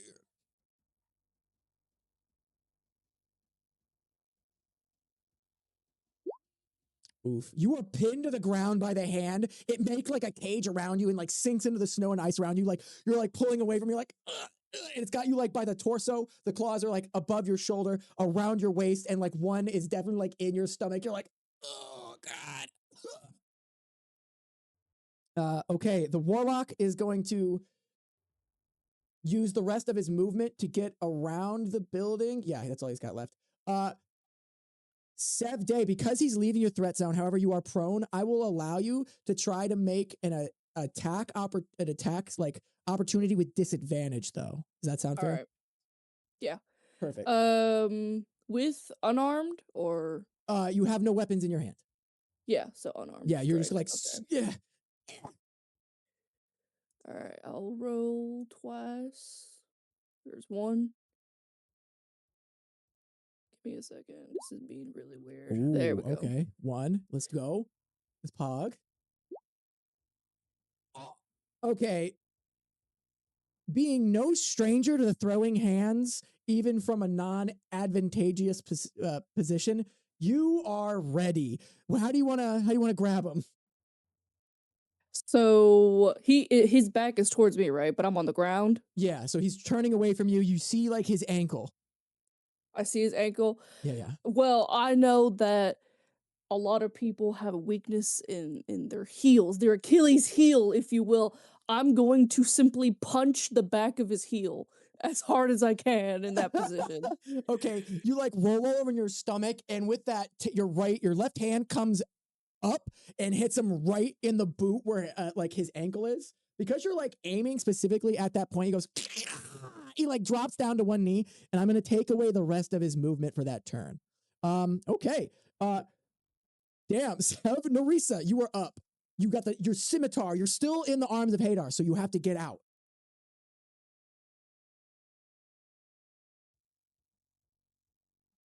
And me? Yes, yeah, I believe you are Nerissa. Sorry, so sorry. I heard it combined. Sorry. No worries, no worries. So you're in the arms of Hadar. There are these claws that are trying to smush you like you can clearly see Evrek is pinned. You are dancing with your scimitar in your hand. What do you want to do?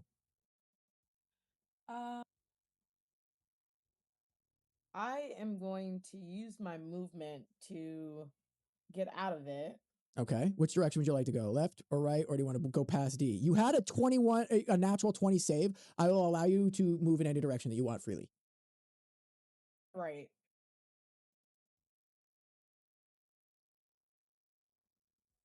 What are you thinking?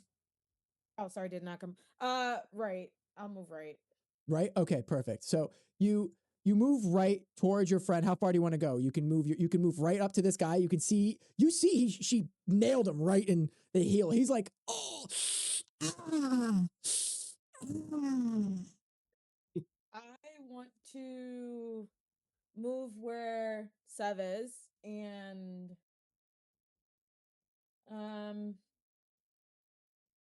how much is that? That's 20 feet, so you should have 10 more.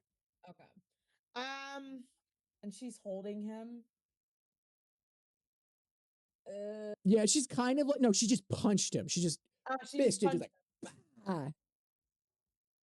Can I do a little punch too? You held a scimitar. If you want to punch him, you can, but you have a sword in your hand. That's true. I'll use my weapon. All right, go ahead and give me a scimitar slice.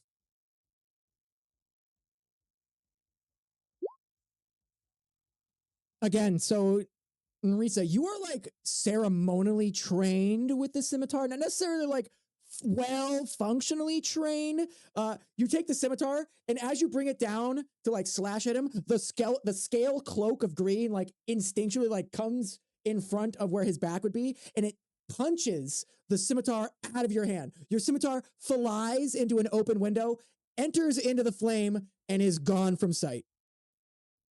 I'm gonna remove the scimitar from your inventory. My baby, no. Okay.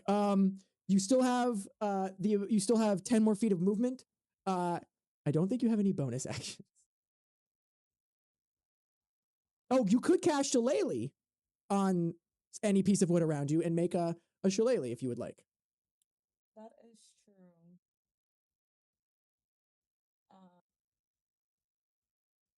Yeah, I'll use it. I'll use my shillelagh. Okay, so you pull out a stick that you keep at your waist at all times. It's like a totem stick that's carved. Maybe it's potentially made out of some like driftwood that's got like waves and bones and ocean stuff on it. And as you grab it, it's about the size of your palm. You hold it out from your side, and as you do, this giant blue rod that looks like it's a swirling mass of waves extends out from it, and you like spin it around your side. Ready. Okay, you've cast Shillelagh. You've used your action. Moving on, we have my turn. Okay, so the bleeding man with the shield and the sword and the bolt in his neck and the emotional damage from Callie. He is gonna take the healing potion that he has been trying to get out of his pocket. Okay, first off, he's gonna do a medicine check. Okay, he snaps the head off the back of the bowl and pulls it out, and then he drinks immediately the health potion. You see that no one's actually Callie can see this. Callie, you see the hole in his neck just kind of like close, and he goes,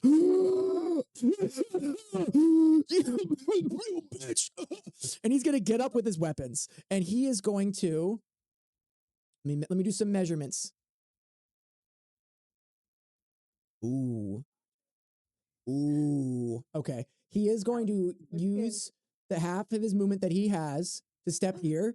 He is going to take his spear, and he is going to, let me make sure I'm within distance. Yeah. I'm going to huck it as hard as I can at Callie. Callie, your AC is 13. I rolled a 17. Callie, you are going to take with the spear 6 points of piercing damage. The spear hurls through the air. It soars. You're like and then it lands smack dab where your belly button would be. It pierces through, barely skipping past your spine, through vital organs, and out of your back. You go. And then he's going to use an action surge to use the rest of his movements that he now has. Okay. And now he's in front of Dee. Dee, you look and you see Callie just get impaled by a spear. You're like, what? And then coming from the corner, you see the man, weapon drawn, eyes full of haze, like, I got you now. All right. Evrek, you are are pinned between the arms of Hadar. This claw is pressing down on your chest. I need you to make. Are you wait? You're proficient with acrobatics. You are. Okay, so usually you would have to make a athletics check to get around this, but since you are proficient with acrobatics, I will allow you to make a acrobatics check.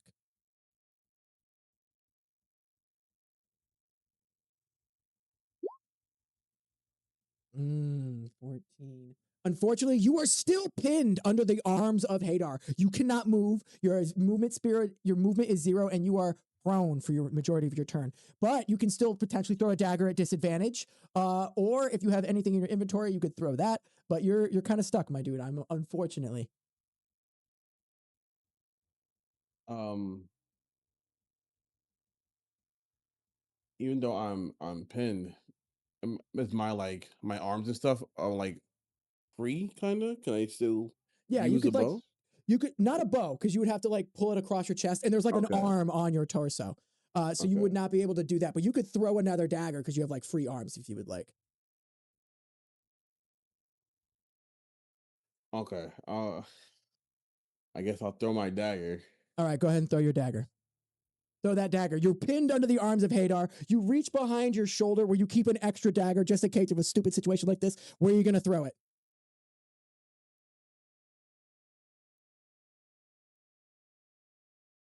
I can't see the guy over there with Nerissa, right? No, because the unfortunately, yeah. Well, let me look at the. No, you could see. Unfortunately, Nerissa's in your line of sight from the ground. You would potentially hit Nerissa. And Dee is also kind of in the arms of Hadar still and is in the way. So unfortunately, you would throw with disadvantage, and I can't give you double disadvantage. So you're just going to throw with disadvantage, unfortunately. But we're going to take a pause right there so I can recognize Anthony does Twitch TV. Thank you, Anthony, for your raid. It is a pleasure to see you, sir. I hope you guys are having a good day. Thank you, everyone else that came in with Anthony to support the stream. We're doing the American D&D stream featuring all you guys are. I'm just going to go into NoodlesKitchen, IdolGarden, NuffinMuffin, Oni-Sama, and Lily Bubble. All right. Yes, hello everybody. So if you guys aren't following them already, go check out their names in the title. Go give them a follow. Go check out their channels. Some people are streaming, some people are not, and I will hope you guys enjoy the rest of the session. All right, Evrek, go ahead and throw with disadvantage. So roll your dagger twice, and we'll take the bottom.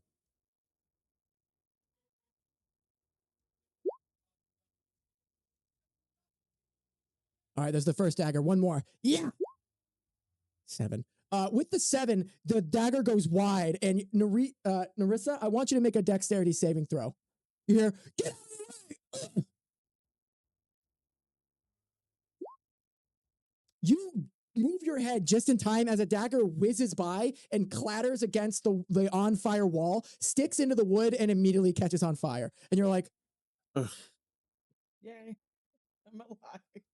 I'm alive. All right, Evrek, unfortunately, that is the end of your turn. Dee, because you and Callie have agreed that you were going first, you are in the arms of Hadar. You were dodging. You see that Nerissa was able to get out. All of a sudden, coming from your right side is the man that you thought that you had put down. What do you do? I take my spear and I stab him. Okay, so to swap your weapons, you would have to drop your crossbow on the ground and grab your spear. You don't have a spear. You have the pitchfork. I do have a pitchfork. All right. So you whip out the pitchfork. All right. Do you want to, I'm assuming you're going to poke with it, right? Yep. Go ahead and give me a poke attack. Oh. Never mind. He's got a shield and a sword. As you take the hay baler, you realize it is in close quarters. He takes his shield, puts it against your hand in the middle of the hay baler, and puts the hay baler in your hand against the fire. You are going to take 1 point of burning damage as your exposed hand meets burning wood. You're like, all right. I'm also going to need you to roll a strength check or an athletics check to get out of the arms of Hadar, unless you want to stay in them. Because if you... Okay. As you try to exit, one of the dragon ethereal green claws grabs you around the waist and lifts you into the air. You're like, oh shit! Give me another athletics check to see if you hold on to the hay baler. As that's happening, Callie, you have a spear in your stomach. Oh, you dropped the hay baler. The hay baler's on the ground. Callie, you have a spear in your stomach. You're like,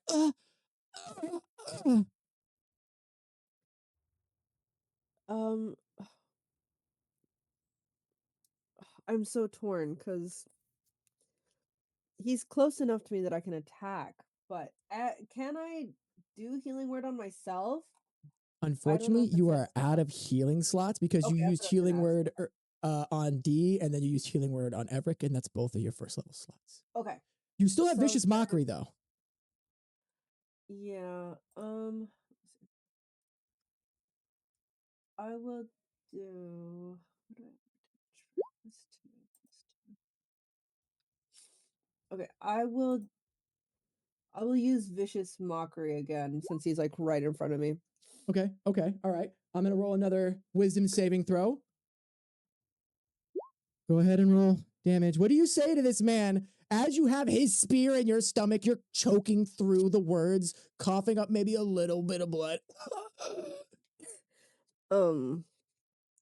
It's like I said, stop hurting me and my friends. Also, you could use a haircut. You don't really look the greatest right now. Just a little nitpicky. Go ahead and roll damage.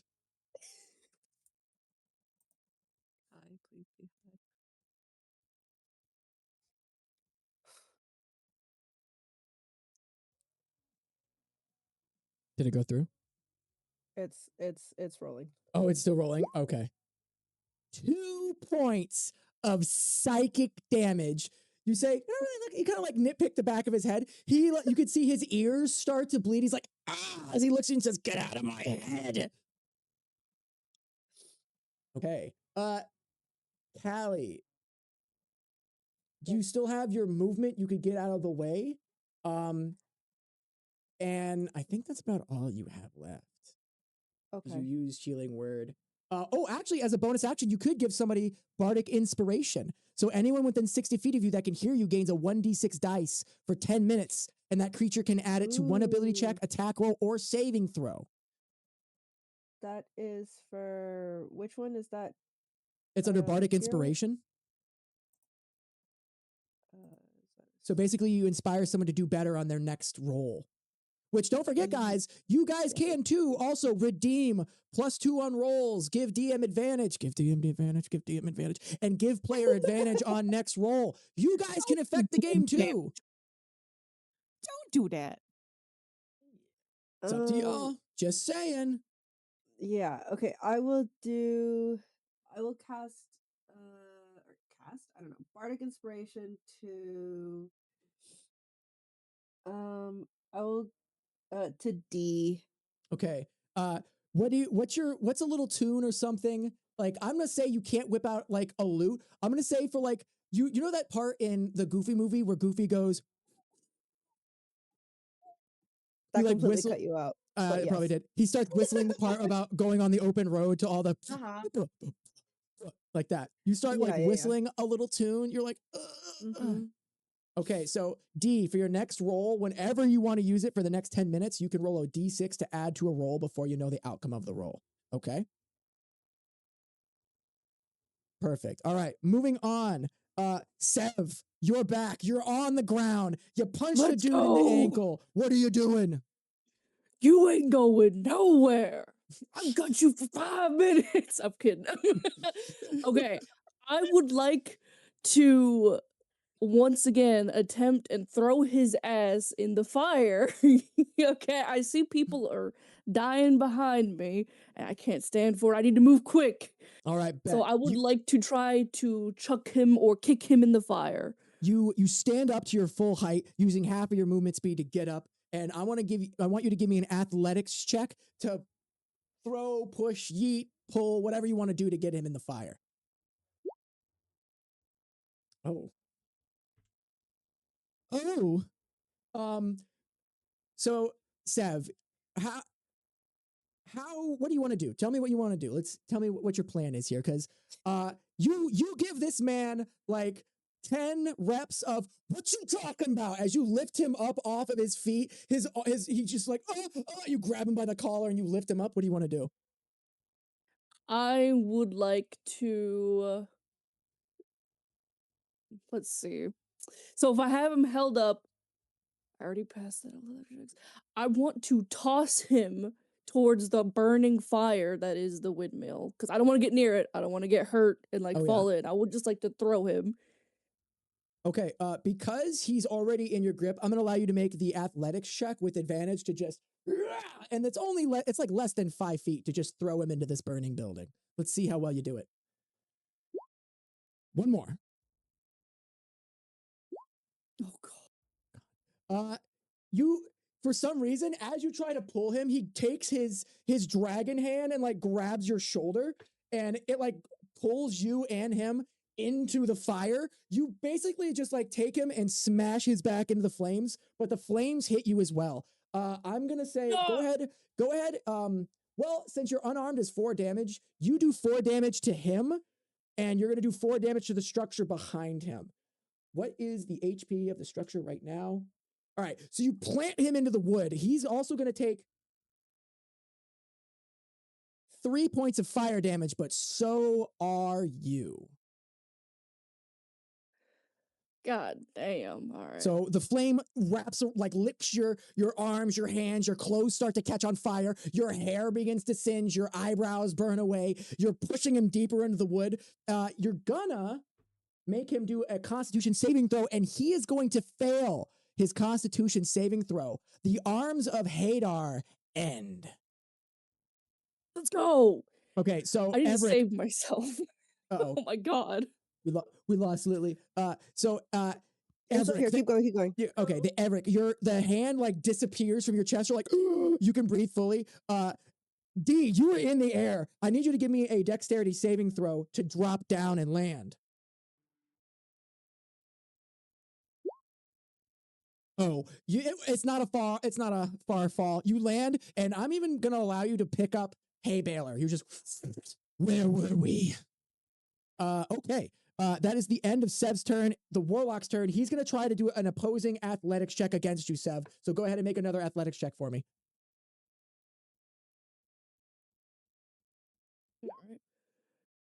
Ooh.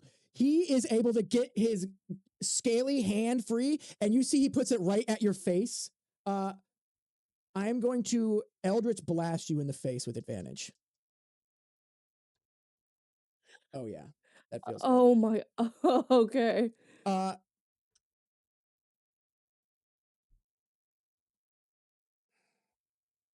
Okay. All of a sudden there is like this force as you take 3 points of force damage. Your head is pushed backwards as if like a waterfall has hit you. But as everybody else sees, Sev's face gets grabbed by like an arm of a dragon and gets pushed up into the air and like put back down onto the ground 5 feet away, because they have an ability that lets them do that. So now Sev is in front of them, like 5 feet away, and is like on the ground. Actually, you're not on the ground. I can't knock you prone with that. I'm sorry, I'm a liar. But you did take 3 points of force damage to the noodle. They are going to try to get away from you. So they're going to use the rest of the half of their movement to get out of the fire and try to get away from you as fast as they can. They're not next to you because you're 5 feet away from them, and they're going to move 15 feet this way. Okay. Nerissa, you are up. So how many how many points of damage did I take in that? 5 in total? No, you took 3. 3 3 in total. Yeah, 3 in total. Even with the fire? Oh no. Okay, with the fire you took 3 on 3, so you should have taken 6 total. 6? All right. Yeah. God damn. Okay. Wait, Sev, are you at 5 HP currently, or is that 3 already a part of it? So when we started, I was at 8. Oh, then you took the 3 from the fire, and now you take 3 more. So okay. I'm at 2 right now. Yeah. That blast to the face did not feel good. You're like, you can feel your jaw has been like maybe knocked out of place. You've definitely lost a few teeth from it. Nerissa, you don't have the baby anymore, but in your hand, feeling as natural as it could ever be, is the glowing and undulating waves of the shillelagh. What do you do?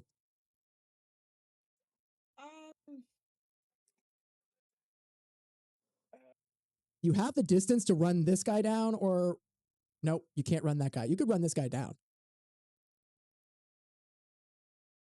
Okay, I'm gonna do that. I'm gonna use my movement to go to him and then use my shillelagh for. All right, you go to the movement to use, and you run through the snow, spinning the shillelagh over your head like a helicopter. You bring it down on what should be like the back. The cloak is not up anymore either.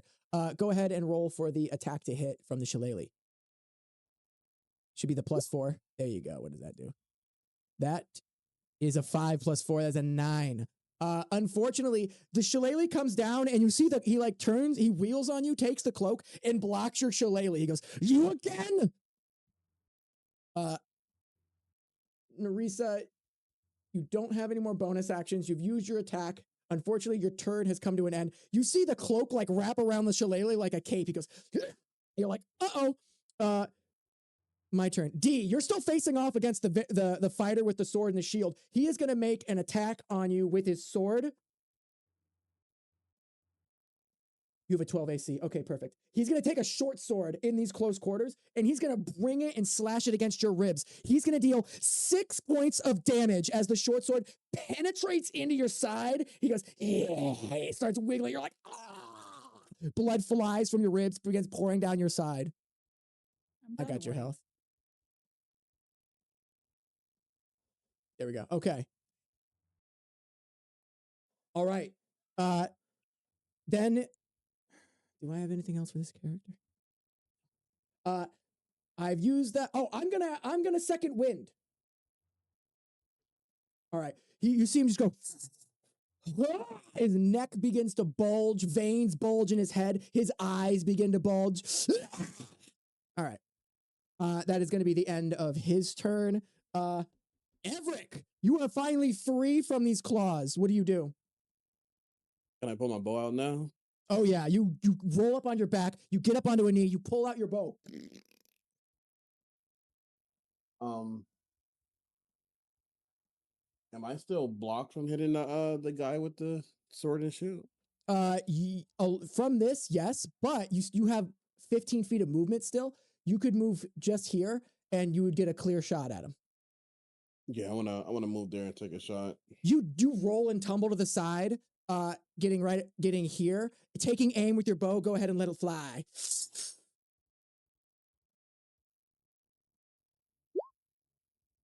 Ooh, okay. Because D is within 5 feet of him, you are going to be able to get your sneak attack. So you take the bow, you level it, aiming straight at his head, letting it loose. The arrow flies. It goes right between like where his ear guard would be. It lands in his cheek, goes through his nose, past his eye. He goes and falls backwards into the blaze and ignites. Let's go.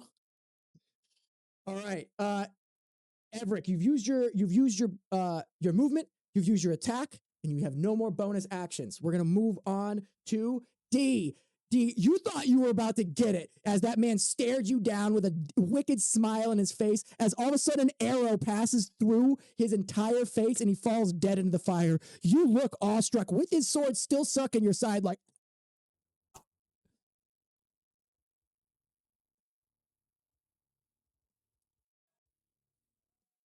Can I see the cloak dude? negative. You would have to move a little bit. You could see him from here. Can I move? I can't pick up my bow and then move, can I? So right now you have the hay baler in your hand, but you have not moved from this spot, and your trusty crossbow is on the ground. You could grab it, drop, and just like hay baler down, grab the bow, and make your way over. I'd allow that. Yeah, I'm gonna make my way downtown it. Mm-hmm. Okay, so you start walking it down, casual, cool, and collected. You were reloading. I'm assuming you're gonna reload the crossbow. Absolutely. Because you don't have the reloader feat, it's gonna take a bonus action to do. Okay. And then you walk your way over and you level. I'm assuming you're gonna level the crossbow at him. Mm-hmm. All right, bet. You go ahead and take shot.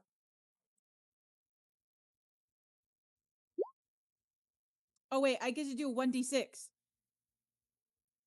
Oh, yes. Do you want to roll the 1d6 to this attack roll? Absolutely. Roll it, baby. So you can just do like, there should be a dice option. You can just roll a d6 if you just click the d6. So it's a 15. So it's a 15. With his cloak wrapped up in Nerissa's shillelagh, holding it back, you find a nice spot right in the meaty part of his tricep neck area, and you plant this bolt right there, just meeting his AC. 4 points of piercing damage. The bow is not big, but it is mighty. The small bolt flies, hitting him right in the neck. He dropped the... Oh, he's going to make a Constitution's... I rolled a natural 1. The cloak falls. Nerissa, you free your shillelagh as he begins to like stagger backwards.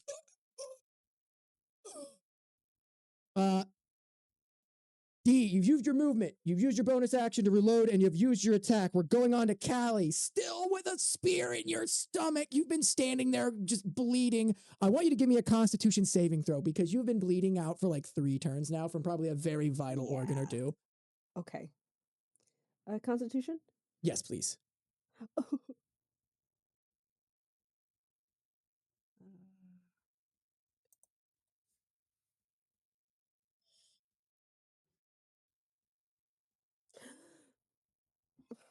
That doesn't sound good. Ooh.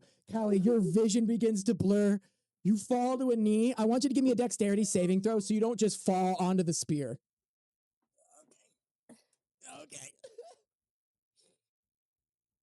Dexterity saving? Yes, please. Saving throw. Please.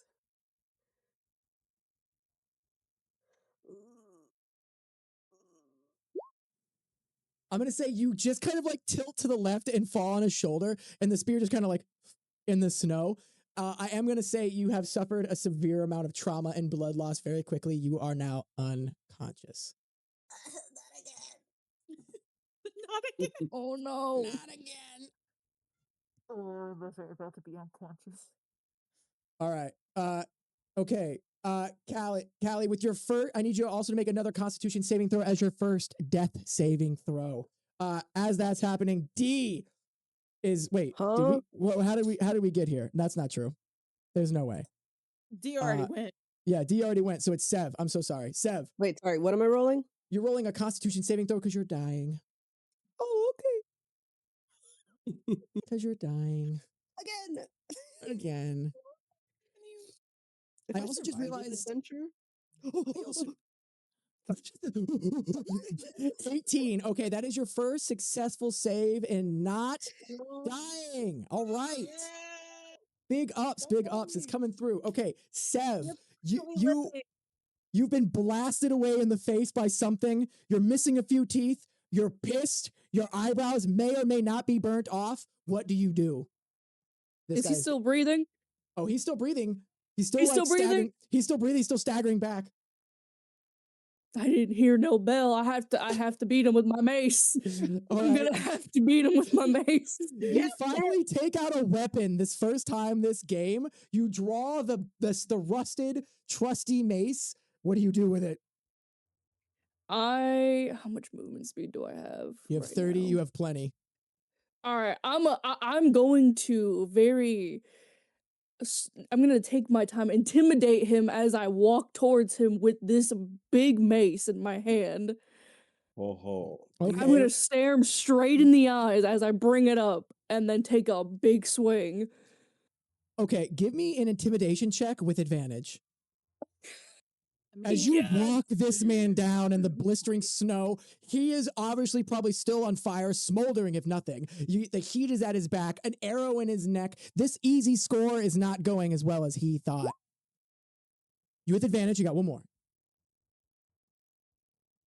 Yeah, it's just a little slow. Hold on.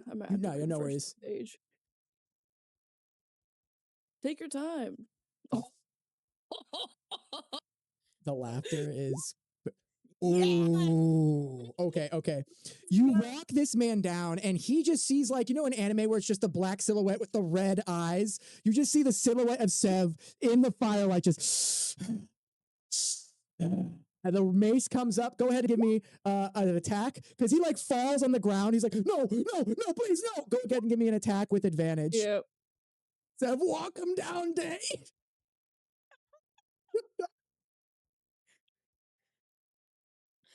I don't think this is doing what I wanted to. Yep, no, it didn't do it. That one didn't do it. One more. You Okay, can. there we go.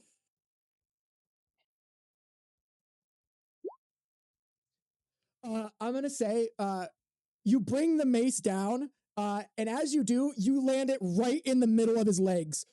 Boom! Snow flies up. He goes, ah, ah, ah, like right, like where his crotch would be. It's like a centimeter above where his dangalang is.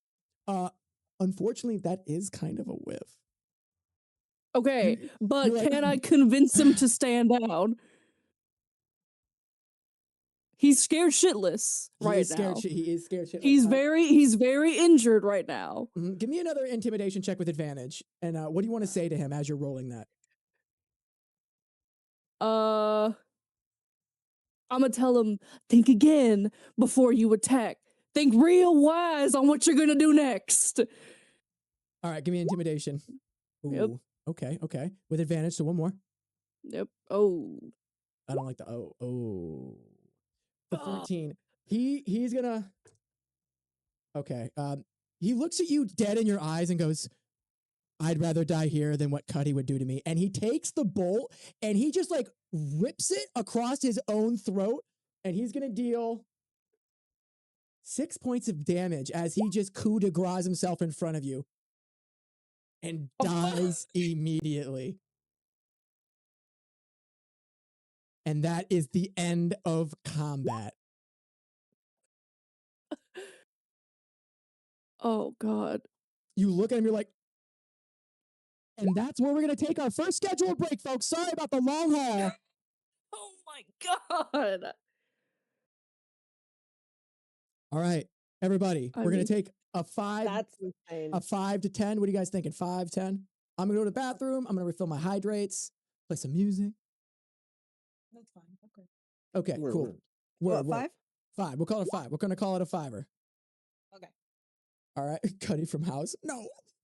I'll see you guys in just a little bit. Back on my mic. We're back from break, folks. I hope you enjoyed that. Hope you enjoyed your bathroom break. I hope you guys had a good pee. Hope you guys got your fluids back up, and let's lock back in to D&D. Just a second ago, a man in front of Sev Day, after all of her intimidation, her display of power in front of him, said, "Are you gonna stop?" And they said, "I don't want to deal with Cuddy," and decided to kill themselves.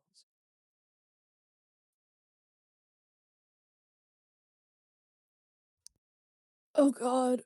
I think he's gone. All right. Well, I'm look over to Nerissa.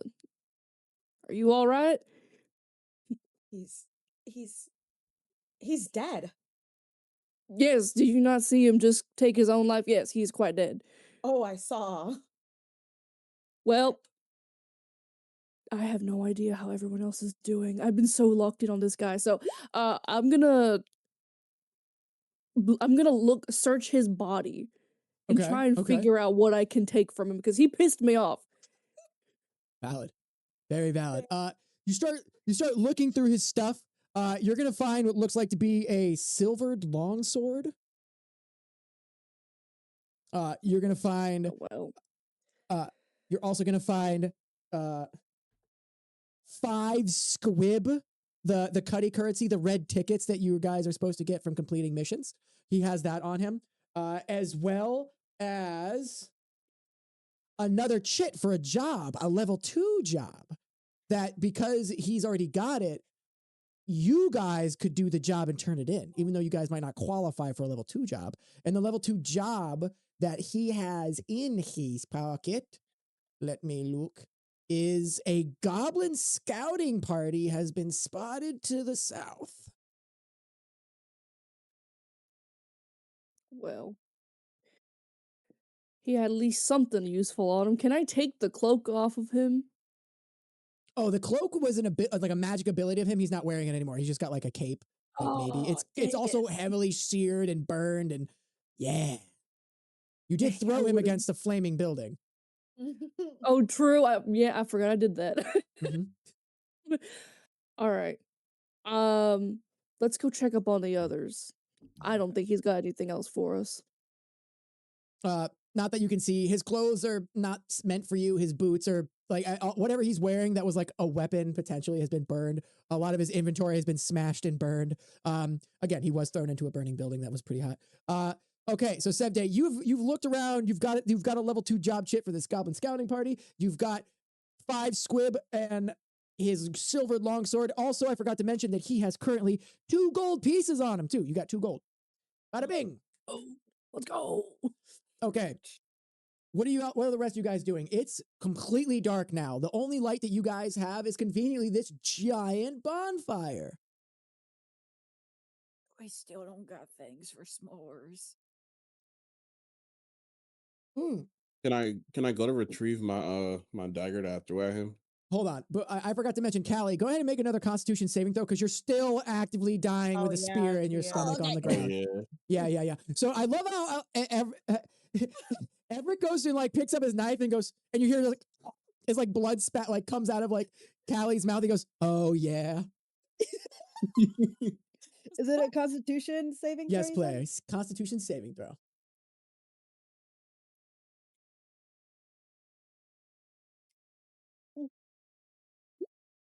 Oh, that is another success. Callie, you were raised to take hits. You have been surprisingly tanky in this entire endeavor. That is your second success, but you still do cough up a little bit of blood, and everyone goes, "Oh, right, Callie's dying." Okay, who wants to attempt to save Callie? I believe Nerissa said something. Yeah, I'll go in and help. Okay, go ahead and make a medicine check.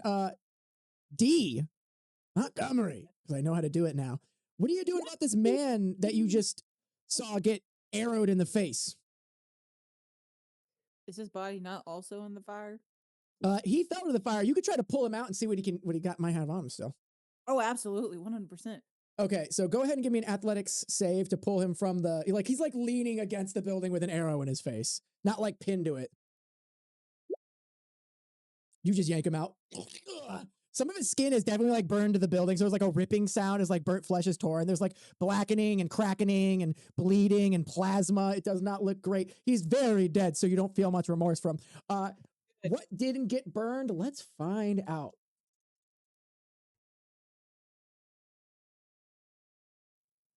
His corpse is turned into a charred black mass, and there is nothing recognizable on his body. Can I throw him back in the fire? Absolutely. Damn. This one burnt. All right. Hit, nothing worth it. I'm a liar. I'm so sorry. I forgot a magical property. You do find something on him. In his, what might be a pack, you see completely untouched by the flame are 3 squib. They seem to be unharmed by the fire. I'll take the squib. Okay, you guys have 8 in total now. All right. You guys are hurt. The catch and release. That's good, Lily. Okay, so Nerissa, you're walking over with your medicine check of 19. You know that you don't have any more healing magic, and you know not to take out the spear directly. But so what you're gonna try to do is like make like a wrapping around it until you can maybe gain some healing ability back tomorrow if you took a long rest. So you just kind of make like a cocoon around the shaft on both sides of Callie's back, and you prop them up. However, she will freeze to death in this cold. You guys gotta find a place to get out of the wind. The cult building? The hole or the cult?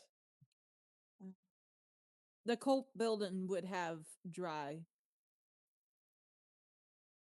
I mean, yeah. Yeah, I guess we go into the cold building. Again, it's probably not a cult building. Guys, can we just pay?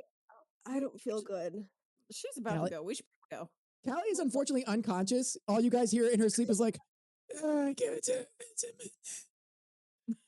Cult building it is then. All right, you guys begin making your way to the cult building, and I'm going to say you enter into what looks like to be it is a small, a medium-ish sized temple. If I was going to give it a relatable experience, imagine your local gymnasium that becomes a church on the weekends. Okay, it's small. There's space. It's ramshackled, run down. There's vines and bushes everywhere. Immediate flashbacks of the ambulatory plants. But you poke one of them and they don't seem to move. They seem to be much smaller, much less feral looking, and you're able to lay Callie down on the stone. And if you guys would like, I will allow you guys to take a long rest. Yeah. Oh, Yeah. Yeah. All right. Y'all are going to take your long rest. So everyone go to your character sheet, right? You should see a long rest option at the very top, right next to your HP. Go ahead, whack that thing. Do we make sure it's checked to include reset me? maximum HP during this reset? Yes. Make sure to take a long rest, reset maximum HP. And do I also do that, Mac? Callie? Callie, you were stabilized, so you were not dying, but you're just going to take the long rest. So yes, go ahead and roll. Are we doing recover half hit dice or all hit dice? All hit dice. I don't know. Okay, I don't know what the half hit dice from long rest. That's not how that works. All right. Cool. No.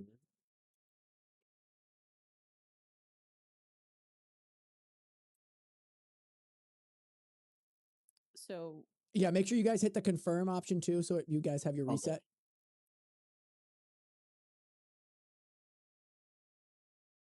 okay.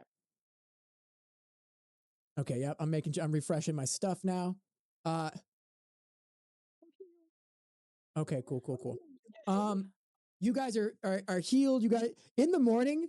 You guys didn't set a watch. Everyone was exhausted. You guys laid down Callie, made sure she wasn't gonna die as you guys all just passed out. You guys have crazy dreams of plants, of fire, of hands grabbing you. And Dee, you have a particularly bad dream. I want you to give me a wisdom saving throw.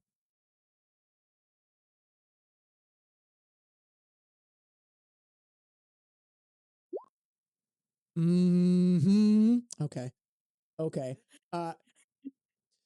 Cool. You guys are sleeping in what looks like to be like a huddle. There's not a lot of warmth. You guys are using each other's body like back to back in like a semicircle, or in like potential mound as you guys like roll around in your sleep away from Callie. And so you guys don't disturb the spear. Nerissa, you wake up first and you see Dee, you wake up that you can see like a bit of like light coming through one of the windows of this ramshackle temple, and you see Dee just like Sleep. Yeah, just like sleep fighting Ron Swanson style. I take out my stick and I poke her to wake her up. Oh yeah, okay.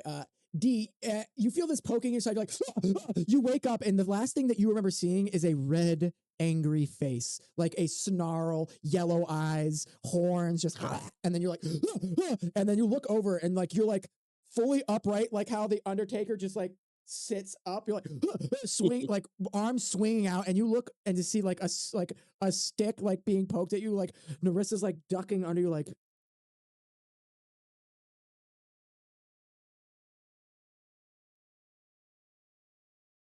That's far less terrifying than what I just saw.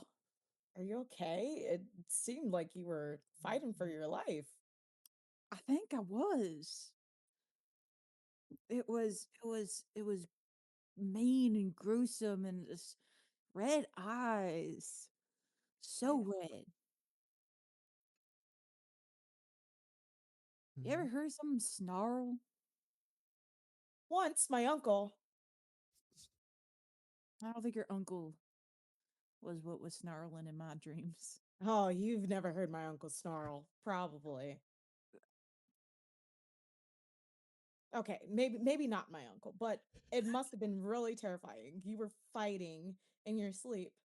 I don't know what happened. It was just right there. Like I could actually punch it. That sounds terrifying. Nerissa, you remember that Callie still has a spear impaled in her stomach? Quite the segue. I'm just gonna say that part. We still have somebody actively with like it that's impaled, kind of still dying. Actually, Callie, give me a Constitution saving throw to see how you did through the night. Constitution, I got you. Not the water bottle uses the fucking spear.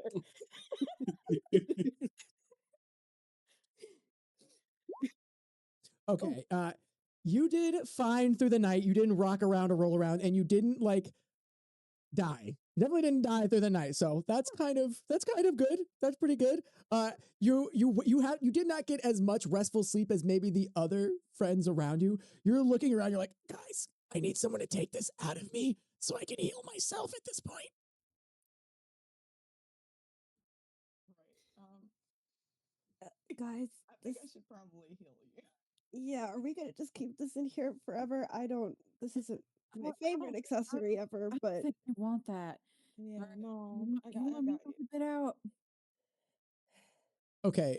So whoever wants to take it out can give me a medicine check. Do you want to rip it out? I don't know. I don't think you should rip it out of her. Well, then It's how got are to we be gonna- removed somehow before you heal her with magic. You're right. Because like as soon as I get it ripped out, as soon as it's out, you heal. You're right. Bite down on a towel. Rip it out. Okay, you still have two people are asleep. Do you want to do this while two people are still asleep? Oh, Dee's like, I got you. Yeah. Wait, slow down, please. Don't. Slow down. Stop. Hold on. With your check, I'm gonna say that Callie, you do take 2 more points of damage as the spear is ripped from your stomach. You're like, you grab it. The blood starts gushing all over your pink clothes again. You're all covered in blood. Nerissa, what do you do? I'm going to heal her. I'm gonna. Yes, please do. Can you Cast- like heal faster? Cast Cure Wounds. This is like the scene where Max and Holly are talking. What should I do? I think you should heal her. I got you. Ooh. Oh yeah. 8 points of healing. Nerissa pricks her hand, puts it over the hole, and this glowing blue energy flows into Callie, and the hole closes up around the front, the back. All of their organs kind of slide back into place. There's no holes anywhere. Callie, you stand up, you flex your abs, your abdominal, and you're like, okay. You look down, and it looks like your belly button has like a ring around it where the spear went through. And that's the only scar that you have from this, as well as being absolutely coated in blood. Whoa, Pinkie Pie. that's gonna be Gotta weird. stop lying. I'm sorry. I don't know why. I don't know why it keeps happening. I'm sorry. They look at her and they don't think they think she's easy target. She's not.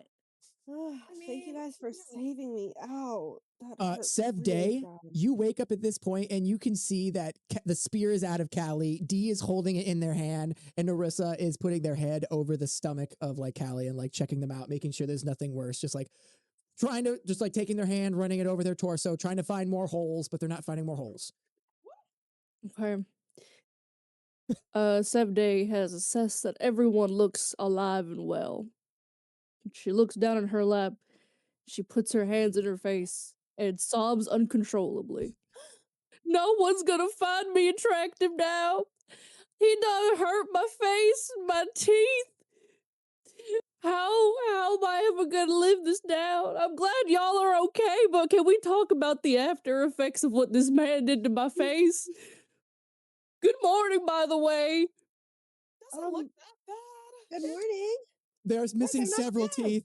They are missing several teeth. Oh, They look like a hockey player.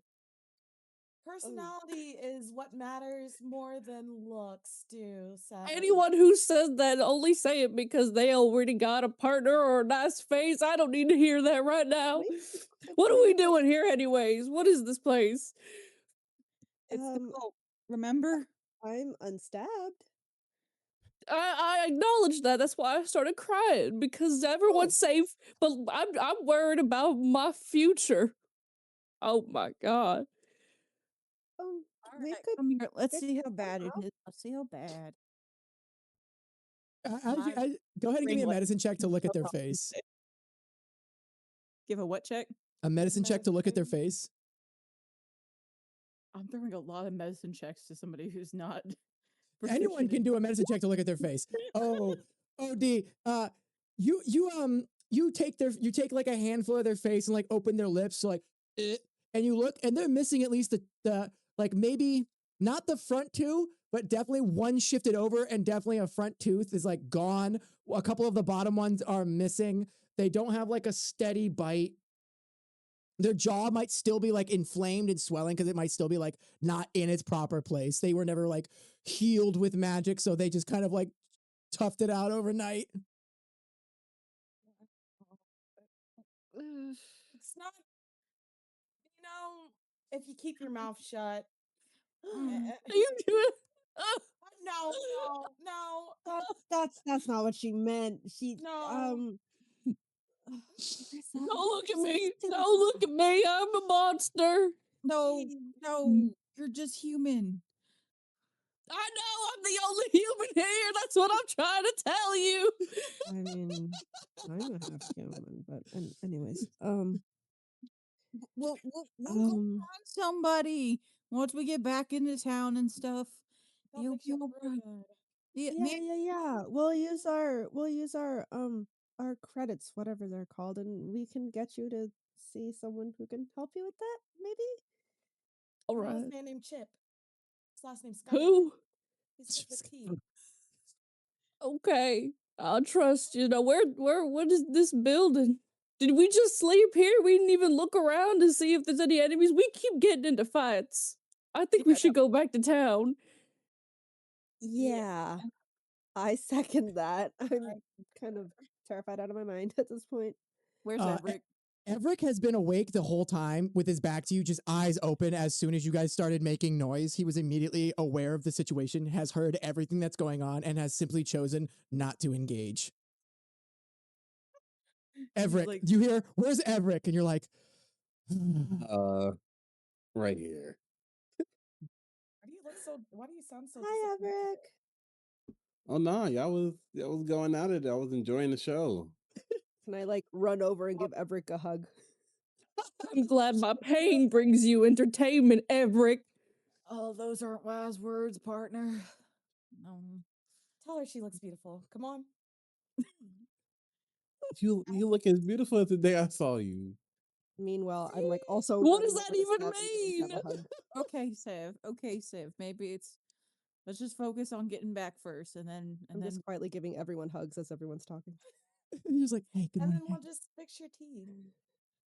No big Can I do a quick check around the building just to make sure we're the only ones here really quickly? 'Cause we just kind of spent the night here.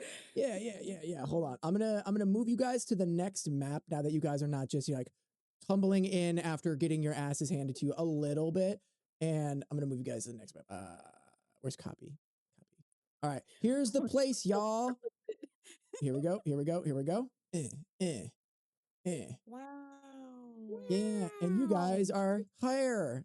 Minus this thing, because that shouldn't have come with us. Whoa. There we go.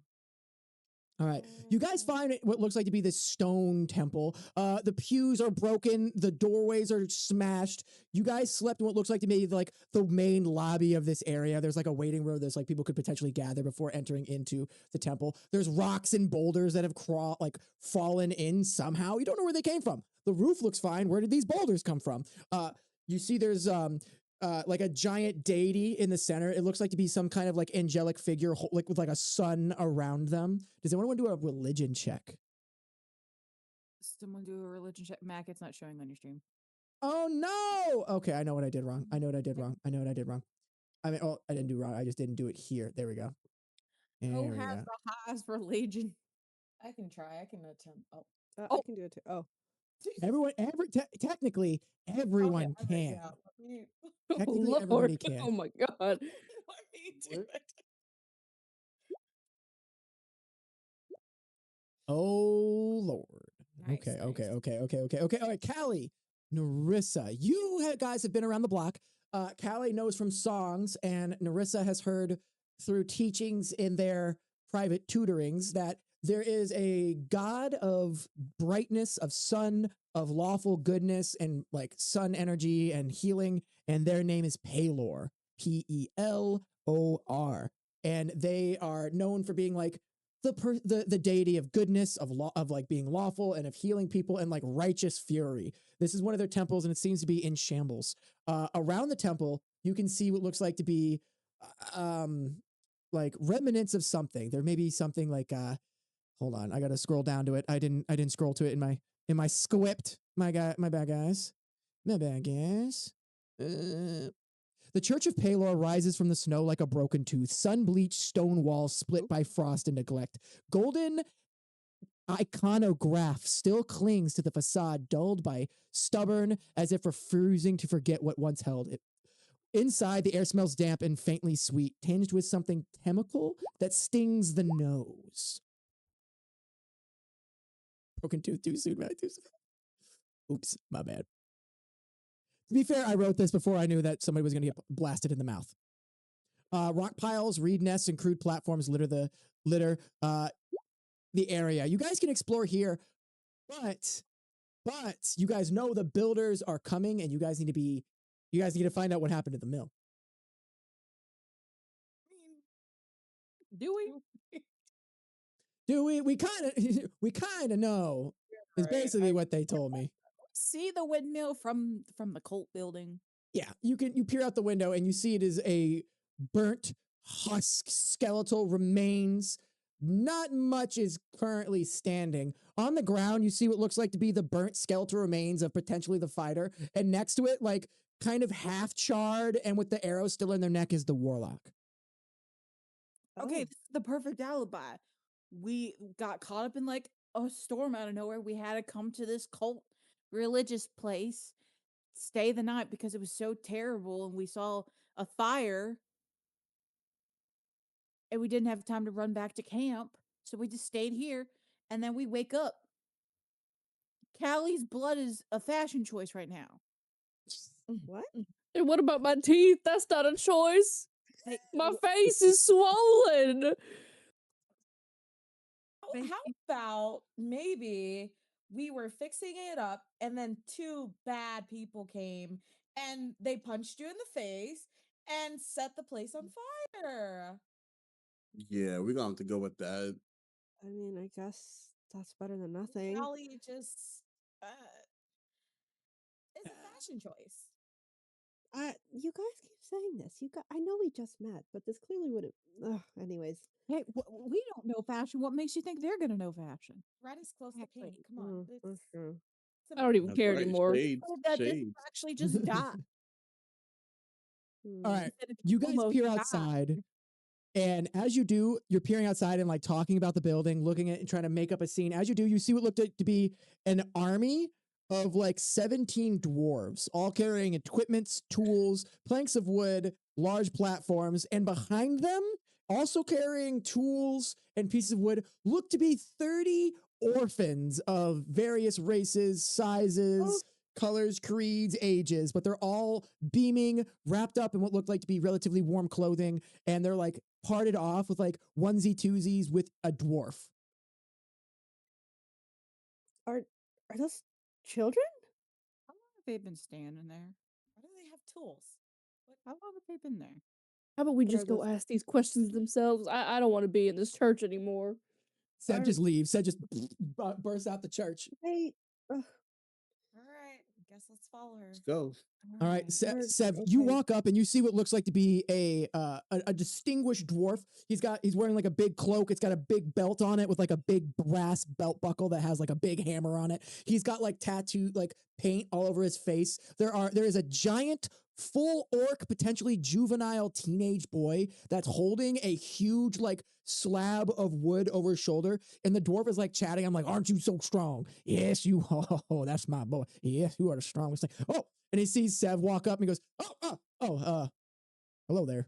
Can you explain what happened He points at the charred remains of the mill.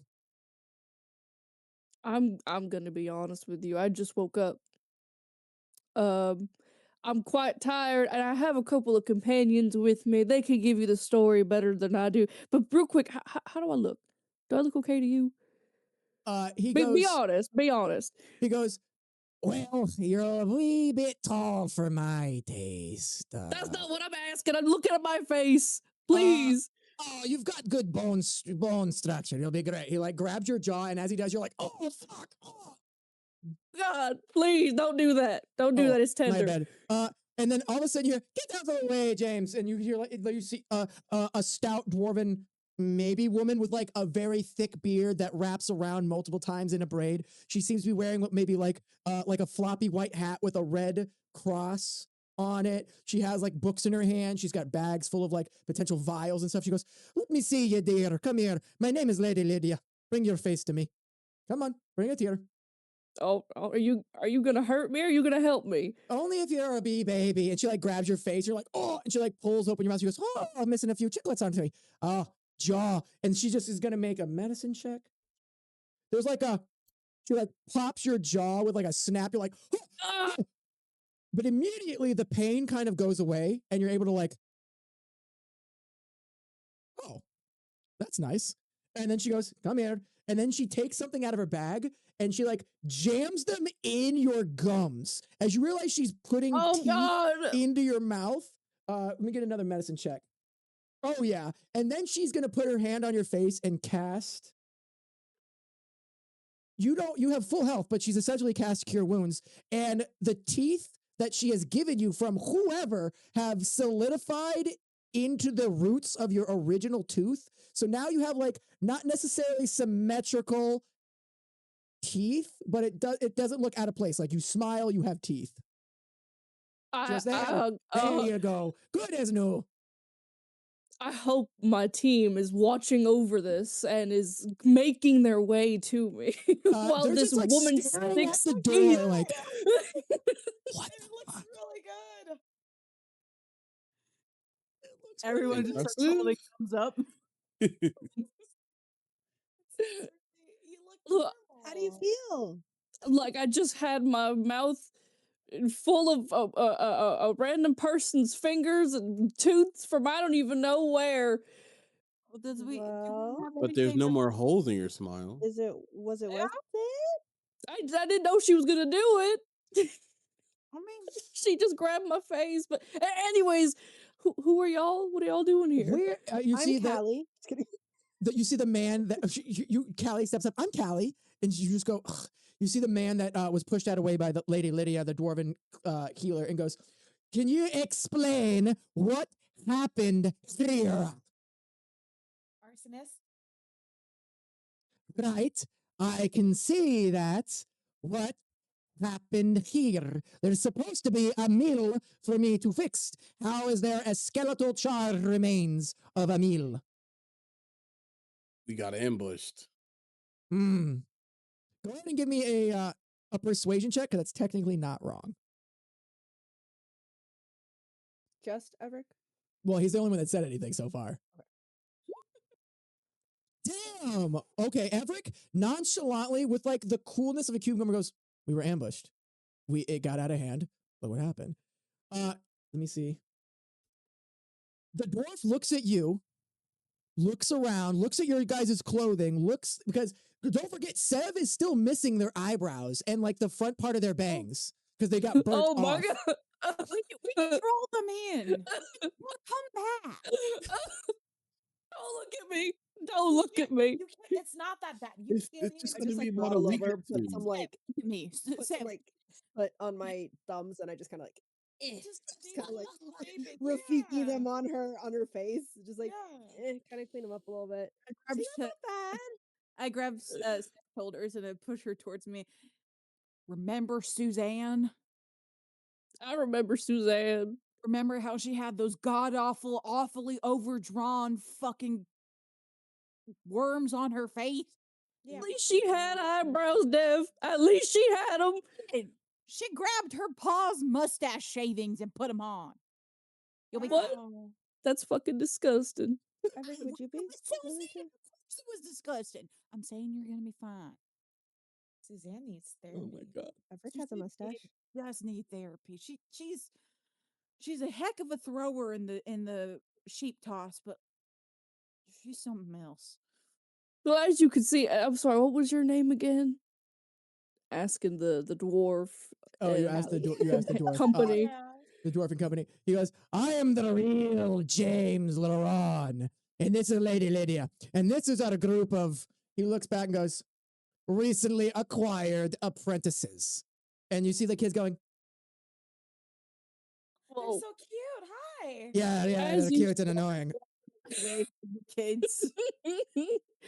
They're all like, well, as you see, the state of my face and the clothing that we wear, and yeah, it was bad. It was bad. I don't know what else to tell you. all right. And I'm not impressed with the work, but I understand. He looks over and he goes, what can you tell me about this fella? And he like kicks the not charred boot of the warlock with like the arrow turned in his neck. Half of his body that's not this like scaly dragon arm is completely charred. The other half is just scaly skeletal arm, or not skeletal arm, scaly dragon hand arm. He goes, the fuck? Ugh. I can answer for that. He's just a cunt canoe that died. He just nods. All right. Anything else? What about Yeah, that? And he like points over to the burnt charred. It's like a skeletal, like it looks like a mummy. It's like curled up on itself.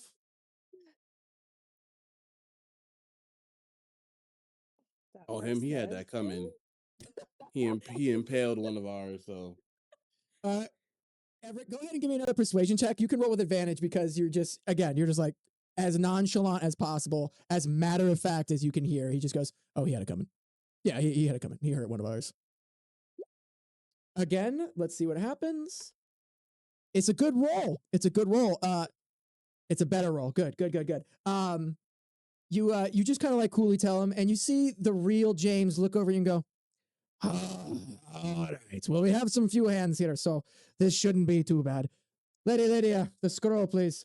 And she hands him over a piece of parchment that's got like a seal on it, and then he hands it to you guys. He goes, "I guess your job is done here. Report back to the tent and get your money." And he like hands you and he hands Evrek the scroll. What is that scroll? nice. Thank you. It's the seal of approval of the building turnover. We accept the building. You guys did a okay job. So we're getting paid, is what I'm hearing. Yeah, you're getting paid. Yes. Okay. All right. All right. With that, you guys begin making your way back to town. Tired, cold, hungry. You guys didn't eat last night. You guys are exhausted and starving. You guys don't make forget your- emotional. and very emotional. Okay, very emotional. You guys begin making your way north to the front of Old Town, where the main tent of the city, or the main tent of the Cuddy Sark Revitalization Project stands. The project is a three-top tent.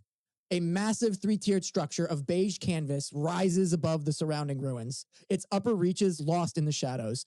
Thick ropes and polished struts hold it fast against wind and weather. From the heights hang long purple and gold banners, each marked with the same sigil, a silhouetted head of a horned man with sharp features and unmistakably tiefling.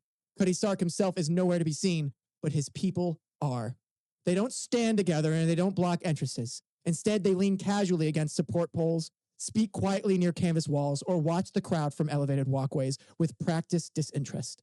Each one of them dressed too well for this place. Tailored coats, fitted vest, polished boots, and gloves stitched to still allow a firm grip. Clothes made to work in, clothes made to last. Among the crowd, someone mutters a name they're never called to their face. The Dandies. Orphaned boys, once pulled in from the streets, now grown into disciplined enforcers. Their posture relaxed but ready. You catch glimpses beneath their cloaks and sashes of compact, repeating crossbows of exquisite make and mechanisms. Weapons meant for close quarters, weapons meant to end arguments quickly. They do not threat, they do not posture. They simply make sure the tent runs the way it's supposed to. Inside the tent opens wide and vertical, the air alive with sound and motion. Boots scuff packed earth. Voices overlap in negotiation and argument. Magic hums softly beneath it all. At the center of the space stand 3 enormous job boards, each nearly 30 feet tall, frameworks of dark wood brass and etched with sigils worn smooth by constant use. Ceramic tiles and etched chits drift free from the boards, floating through the air with slow, deliberate purpose. Some glowing faintly, some bear chips and scorch marks or hurried repairs. Along the edge of the tents, administrative clerks, wizards, witches, warlocks work with practiced efficiency and ink-stained fingers, scribing new jobs on a tile before sending it gliding upwards to join the rest. Below, adventurers gather in dense clusters, labor crews, mercenaries, explorers, the desperate, eyes tracking the shifting board overhead. Cheers break as lucrative tiles appears, groans follow when ones vanish. Deals are struck in whispers, rivalries flare, and cool just as quickly. The crowd shifts beneath the job boards. One of the well-dressed informers breaks away from the canvas walls. You guys have arrived into the tent town. There are a lot of things to do, but you guys want to go get paid, right? That's the whole reason you guys are here. Yep. Let me pull you guys back into the revitalization project. Ooh, too far. You guys are all like coming into the front. You guys are greeted by the very small and very, very polite halfling that sits on the desk again. He goes, "Welcome. How may I assist you guys? You guys look rough." Yeah, you sent us to our deaths. That's I don't send anyone anywhere. I'm so sorry.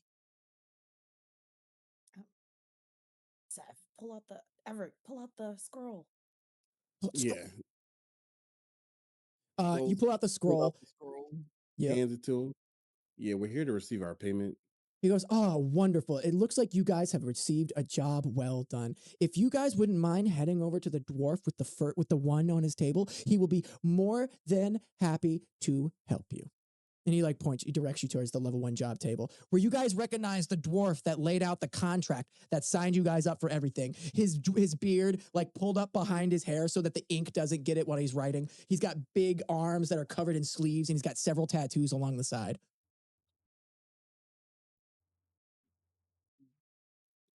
Good morning, sir. We're here to get our payment. Oh, Lord, you guys look worse for wear. What happened out there? Yeah, very, very rough night. We lived. Give us the Yeah, money. to be there. Interesting. Present the scroll of completion from the builders, please. Here you go. Hands it over. He breaks the seal, looks at it, sniffs it. Oh, there's nothing like a fresh seal in the morning. He like throws it behind him. Alrighty. He like opens up his desk and he takes out a big reel of what looks like to be tickets. And as you look at them closely, they're putty currency. He starts ripping the tickets. He goes, "For a work well done in the job level 1, you each receive 3 squib. Click, click, click, click, click, click, click, click, click, click, click, click, click, click, click." Oh, right. Sweet, we're rich. Thank you. All right. Is there any jobs you'd like to apply for while you're here? The jobs go quickly. No, we have something lined up, but I do have a question. In the little contract y'all had us sign, do y'all have any policies or insurance for hair loss? Potentially. He looks. You're right, the one without eyebrows. Let me ask the man this question. You're right. I'm sorry. He goes, "We offer many tonics, hair growth formula, and other remedies that may help with gender affirming care. Please see the tent to the left in the medical tent." Is it free? Why would it be free? I'll give you my money. Pleasure doing business with you. You're like, have a good one. You head out.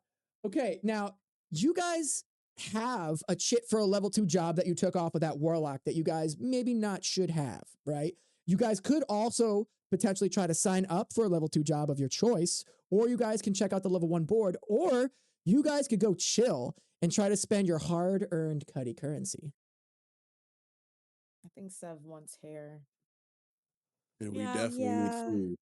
And you guys definitely need food. We do need to eat. Yeah, maybe a little break would be good. All right. As you guys begin to leave the tent, Evrek, I need you to give me a perception check.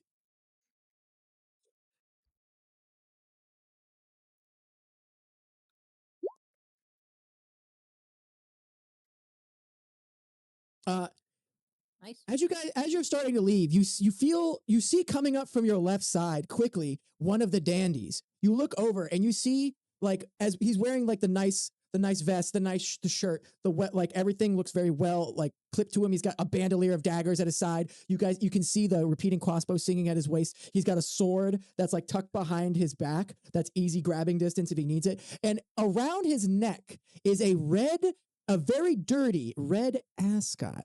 A red ascot sits on his throat right against the tailored coat. He stops short when he sees you and then he grins. He goes, "No way." He closes the distance in 3 steps and grabs you by the hand and pulls you quickly into a one-armed clasp. Give me a history check.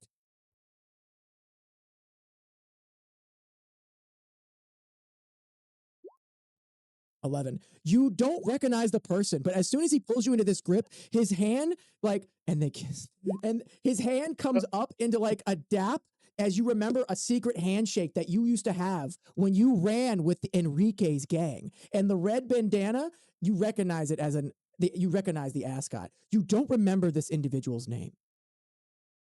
Hey, how you doing? Long time no see. He goes, "Look at you, dude." He laughs. He steps back and gives you like a once over. He goes, "I didn't think I'd see you alive again." Yeah, why was that? I mean, the job outside of the alchemist lab, the explosion. Yeah, but you're still here. Why wouldn't I be here? I mean, I was out. You were in. Oh, we all thought you died. Oh, so we just betting on my death, huh? He goes, "Where'd all that loot go? Did you make it out with anything?" Nah, not anything but except my life, as you can see. Give me a deception check because you definitely made some money off that score and did not tell them. I'll let you make it. Never mind. Again, as cool as a cucumber under pressure, Everett just goes, "Nothing." He just goes, "Yeah." He looks over you and lowers his voice. He like leans in. He goes, "Man, life is better now. Not perfect, but better." He tugs lightly at the ascot, smirking. "Nice clothes, nice weapons. I got a bed that's actually mine. 2 square meals a day." And then he like stops and looks at you and goes, "And only 10-hour shifts." 10 hours? And you That's get all it. this? And I get all this, just 10 hours of work. And then I got my boys behind me. I got a place to go. He shrugs. He goes, "It's like a dream compared to what you guys came from. Cuddy's good to us. He keeps us fed, keeps us sharp. Way better than running red rags for Enrique." What's the catch? "No catch. You just be good. You dress like us. You act like us. You keep your eyes on the prize. And if things go wrong, you react fast." Is there a way I to think you'd be sign up really for something good. like Yeah. this? Yeah, there is. I think, you know what? I'm going to put it in a good word with you. I'm going to see what I can do. Yeah, I appreciate that. I definitely gotta get one of them crossbows. He sees you eyeing us. "Don't worry about that." And he like looks at the job board and then back to you goes, Are you doing this right now? Is this what you're doing?" You gotta make money somehow. He goes, "Man, don't I know it?" And he like goes back to pull up a tab. He goes, "I got to get back to work. All right. I'm already getting looked at by the uppers. All right. I'll see you later." And he daps you up again. All right, man. Keep safe. He goes back to his area and you guys all watch this interaction like kind of away because he stopped, but you guys didn't until you guys realized like at the front of the tent, you guys were gone. He wasn't with you. You look back, you see him talking with one of, again, the dandies is not a word that they would be called, but he seems to be talking to one of the enforcers and he seems to have a cordial conversation, which as your guys' experience with Evrek from last session was not something that happened often. What was that about? Oh, just someone from my past. You have a Yes, you lot can of see he's shit doing. people from your past. It seems like He's you're the not even upstanding that. man. He's one of the forces here. You know, when I was talking about that cult building, this seems like a cult. A cult with a crossbow. I got a crossbow. I don't need a Colt for it. You heard the woman. Are you dressed like that? All armed to the teeth? Living good, eating good? Yeah, but what's the catch? There's always a catch. You don't get good stuff for free. That's true. Sev, you have at this point like made your way out of the tent. you were out in the town, you're looking around, you're trying to find out where you could get this healing. Okay, give me a perception check while everyone else. You guys can go ahead and continue the conversation about Evrek's past. I just wanted to see because we're coming on the end, and I want to get you guys to a certain point. Yeah, Sev needs her eyebrows and her bangs back. Please. So fair. Well, So Doesn't everything have a catch? everything This- evil? This was supposed. Ooh. Okay, so the job we just had was evil. Yes, we were literally attacked by big giant bushes. Absolutely. And men with glowing arms and capes. Yes. Yeah, but the job itself was just a job. Those things just Shout out to added into Callie. it. Hmm? Callie, show me a scar. I've been like zoned out because I'm hungry and I'm tired and I've just almost like recovered from almost dying for like the second time. So I'm just kind of like, I was telling him about you dying. oh, That's- yeah. What? No, that's bad. I don't want to do that again. What are we talking about? that's Uh, what I'm saying. the Come on, smell Peach of booze and food wafts past Sev's nose. It goes, oh, mama. All right. Well, I can't have a drink without eyebrows. Who knows who's gonna be over there? I need to quickly find this tent, and then I need myself a big tall drink or 2 or 10.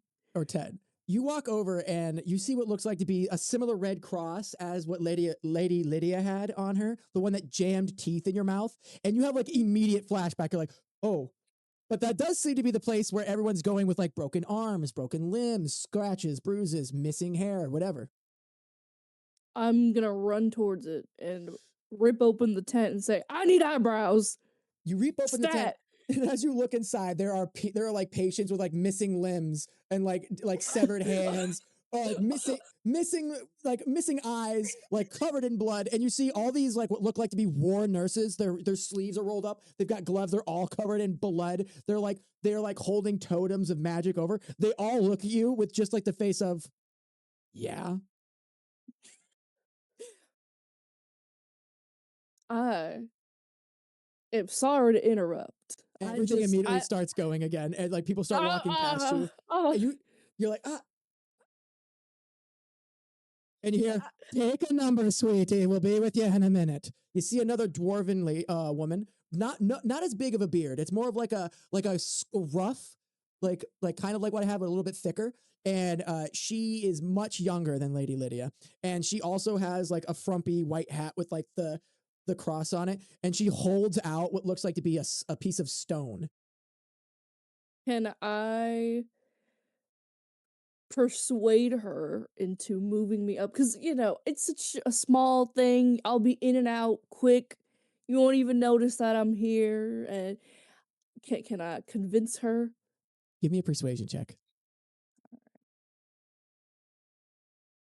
Oh my god, this thing is so laggy. There we go. Oh. Oh no. You look at her. She is like writing in a book and like not even looking at you as she hands you the stone. Not even an acknowledgement, just kind of like tilts the stone a little bit more at you. All right, fine. No, take the stone. It says like the number on it is like 134. You like look at what looks like to be some kind of like Rolodex that's flipping through numbers, and it says 5. Oh god, okay. Can I look around for any miscellaneous elixir for hair growth? You're gonna start trying to rummage around the nursery area, the nurse station. Give me a Arcana check. Absolutely, yeah. Give me an Arcana check. Arcane.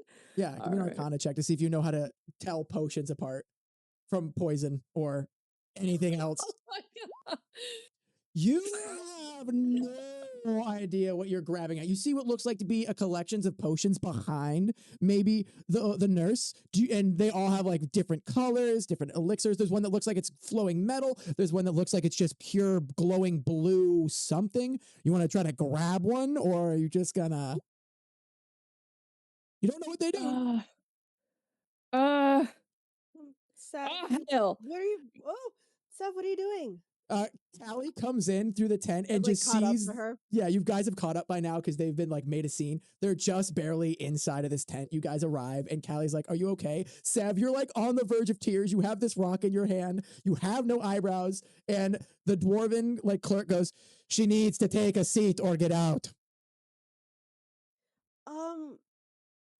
Hi. Like your hair. Thank you. I Thank you. actually, yeah, it's incredible. I was actually in a really bad accident recently, and I just would it be okay if I maybe cut the line to um have someone check out that I'm not like bleeding internally still, because I don't know who did like the healing on me or whatever. I'm so sorry. And I just want to make sure that I'm not about to die, because I am really needed on a very important mission, and I can't go out there whether knowing if I'm just gonna like fall over or die. Give me a persuasion check. But don't forget, you still have your full bardic inspirations. You can inspire yourself as well. Ooh, can I inspire myself?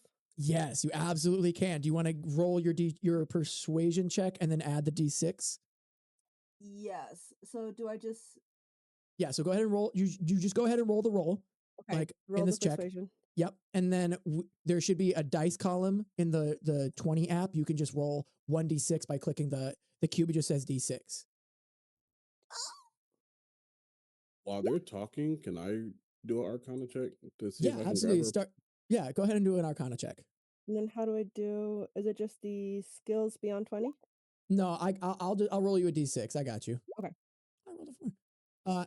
Evrek, unfortunately, you have never seen like a real potion. You've seen like snake oil salesman potions. You're just like baffled by this. Like this could be magic. You're like, yeah. Nerissa, you can definitely do one. Dee is just like, what's going on here? Nerissa, you know what potions mean, and you can read like arcanic writings on bottles. So like you can maybe potentially read the label.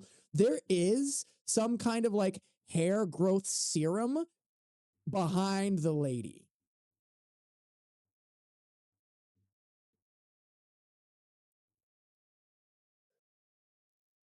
What do you want to do? So like I'm still talking to her, right? Right. So with your persuasion, she looks at you and goes, "Would you like to take a number, sweetie? Everybody here is important on our mission." Oh, well, it depends what number would it be? She pulls out 135, and you still see the number on the that's being served is 5. So you're like 130 away. Okay. So I like slowly start to grab it, but meanwhile I kind of like lean myself over the desk, like kind of like blocking the view of the people behind me. So like Evrek, Nerissa, and stuff. And I'm like, so, what do you do around here for fun? I haven't had a day to rest, so I was, trying to figure out something to do. And Give me a persuasion check as you're stalling, I guess. We're going to call it like a stall, like a attention grab. Nerissa, you see this. What do you and you see like a hair regrowth serum of some kind labeled behind the dwarf. What do you do? I go over to grab it. Oh, worm? Okay, go ahead and give me a stealth check. That's it. Yeah, let's do that. Callie, your persuasion is great. You immediately are able to capture the attention of the dwarf woman. All right. And she is gonna look at you and you're just like, what's wrong? And she goes, she all of a sudden you see like at the top of her cheek, she just turns like beet red and she goes, "Well, lassie, my favorite thing to do is take a walk by the moonlight if you're looking to have a good time at the canvas tavern." As that's happening, you're stuttering, and then Nerissa just goes, just reaches over, knocks over several glasses as they're reaching behind to grab the vial, and immediately the dwarf woman reacts. She's gonna make a dexterity saving throw. She is going to slap your hand with a bludgeon. and you're gonna take 4 points of damage as she breaks several of your fingers. Oh, You think I ain't seeing that lot here, sweetie? You're like, your fingers are like bent over backwards. You're like, ah, ah, ah.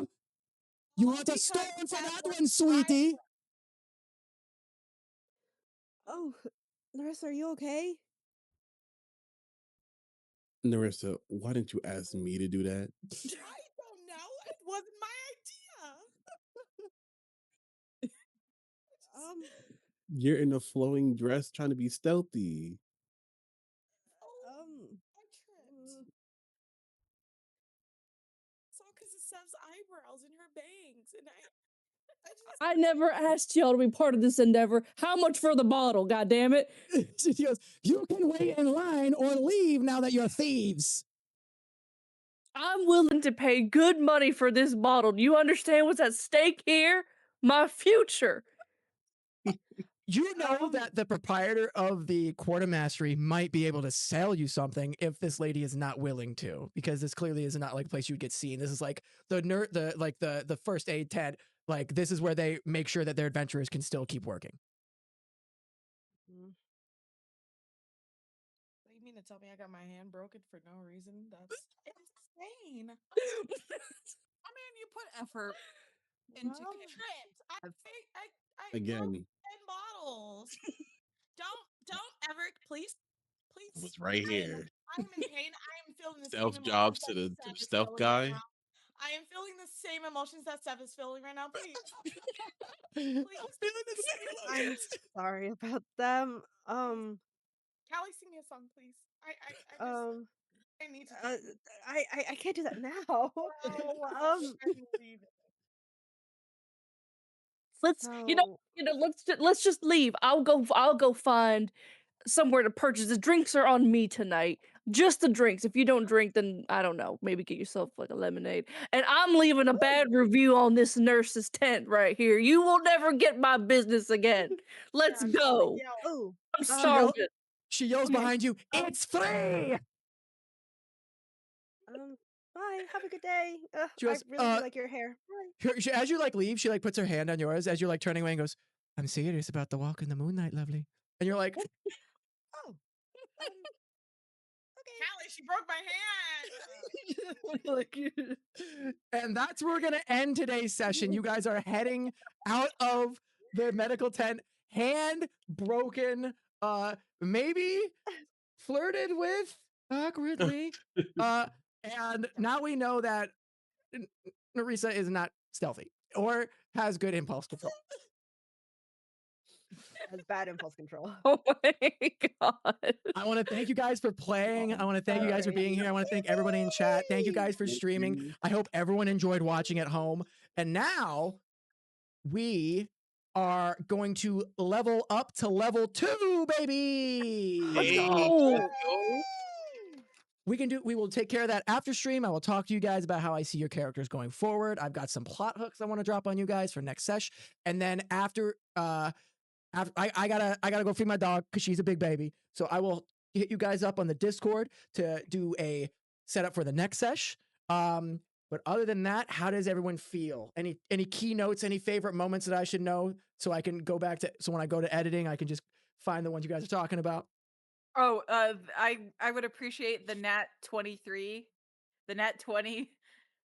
I use my unclogged crossbow and I shoot him back. Yeah, just Yeah. that was a good one. That was a good shot. Anybody else was? I want to just say that Sev, out of nowhere, is so funny with the eyebrows. Once they started that, I was like, oh my god, why did I not think of that? That's so good. I just mutilated them, and now they're feeling the emotions. I'm terrible. You have to understand her position. She's looking for a partner. Fake eyebrows for a Play little with bit. our appearances. She's a good-looking gal. She's got a weakness for good faces. She wants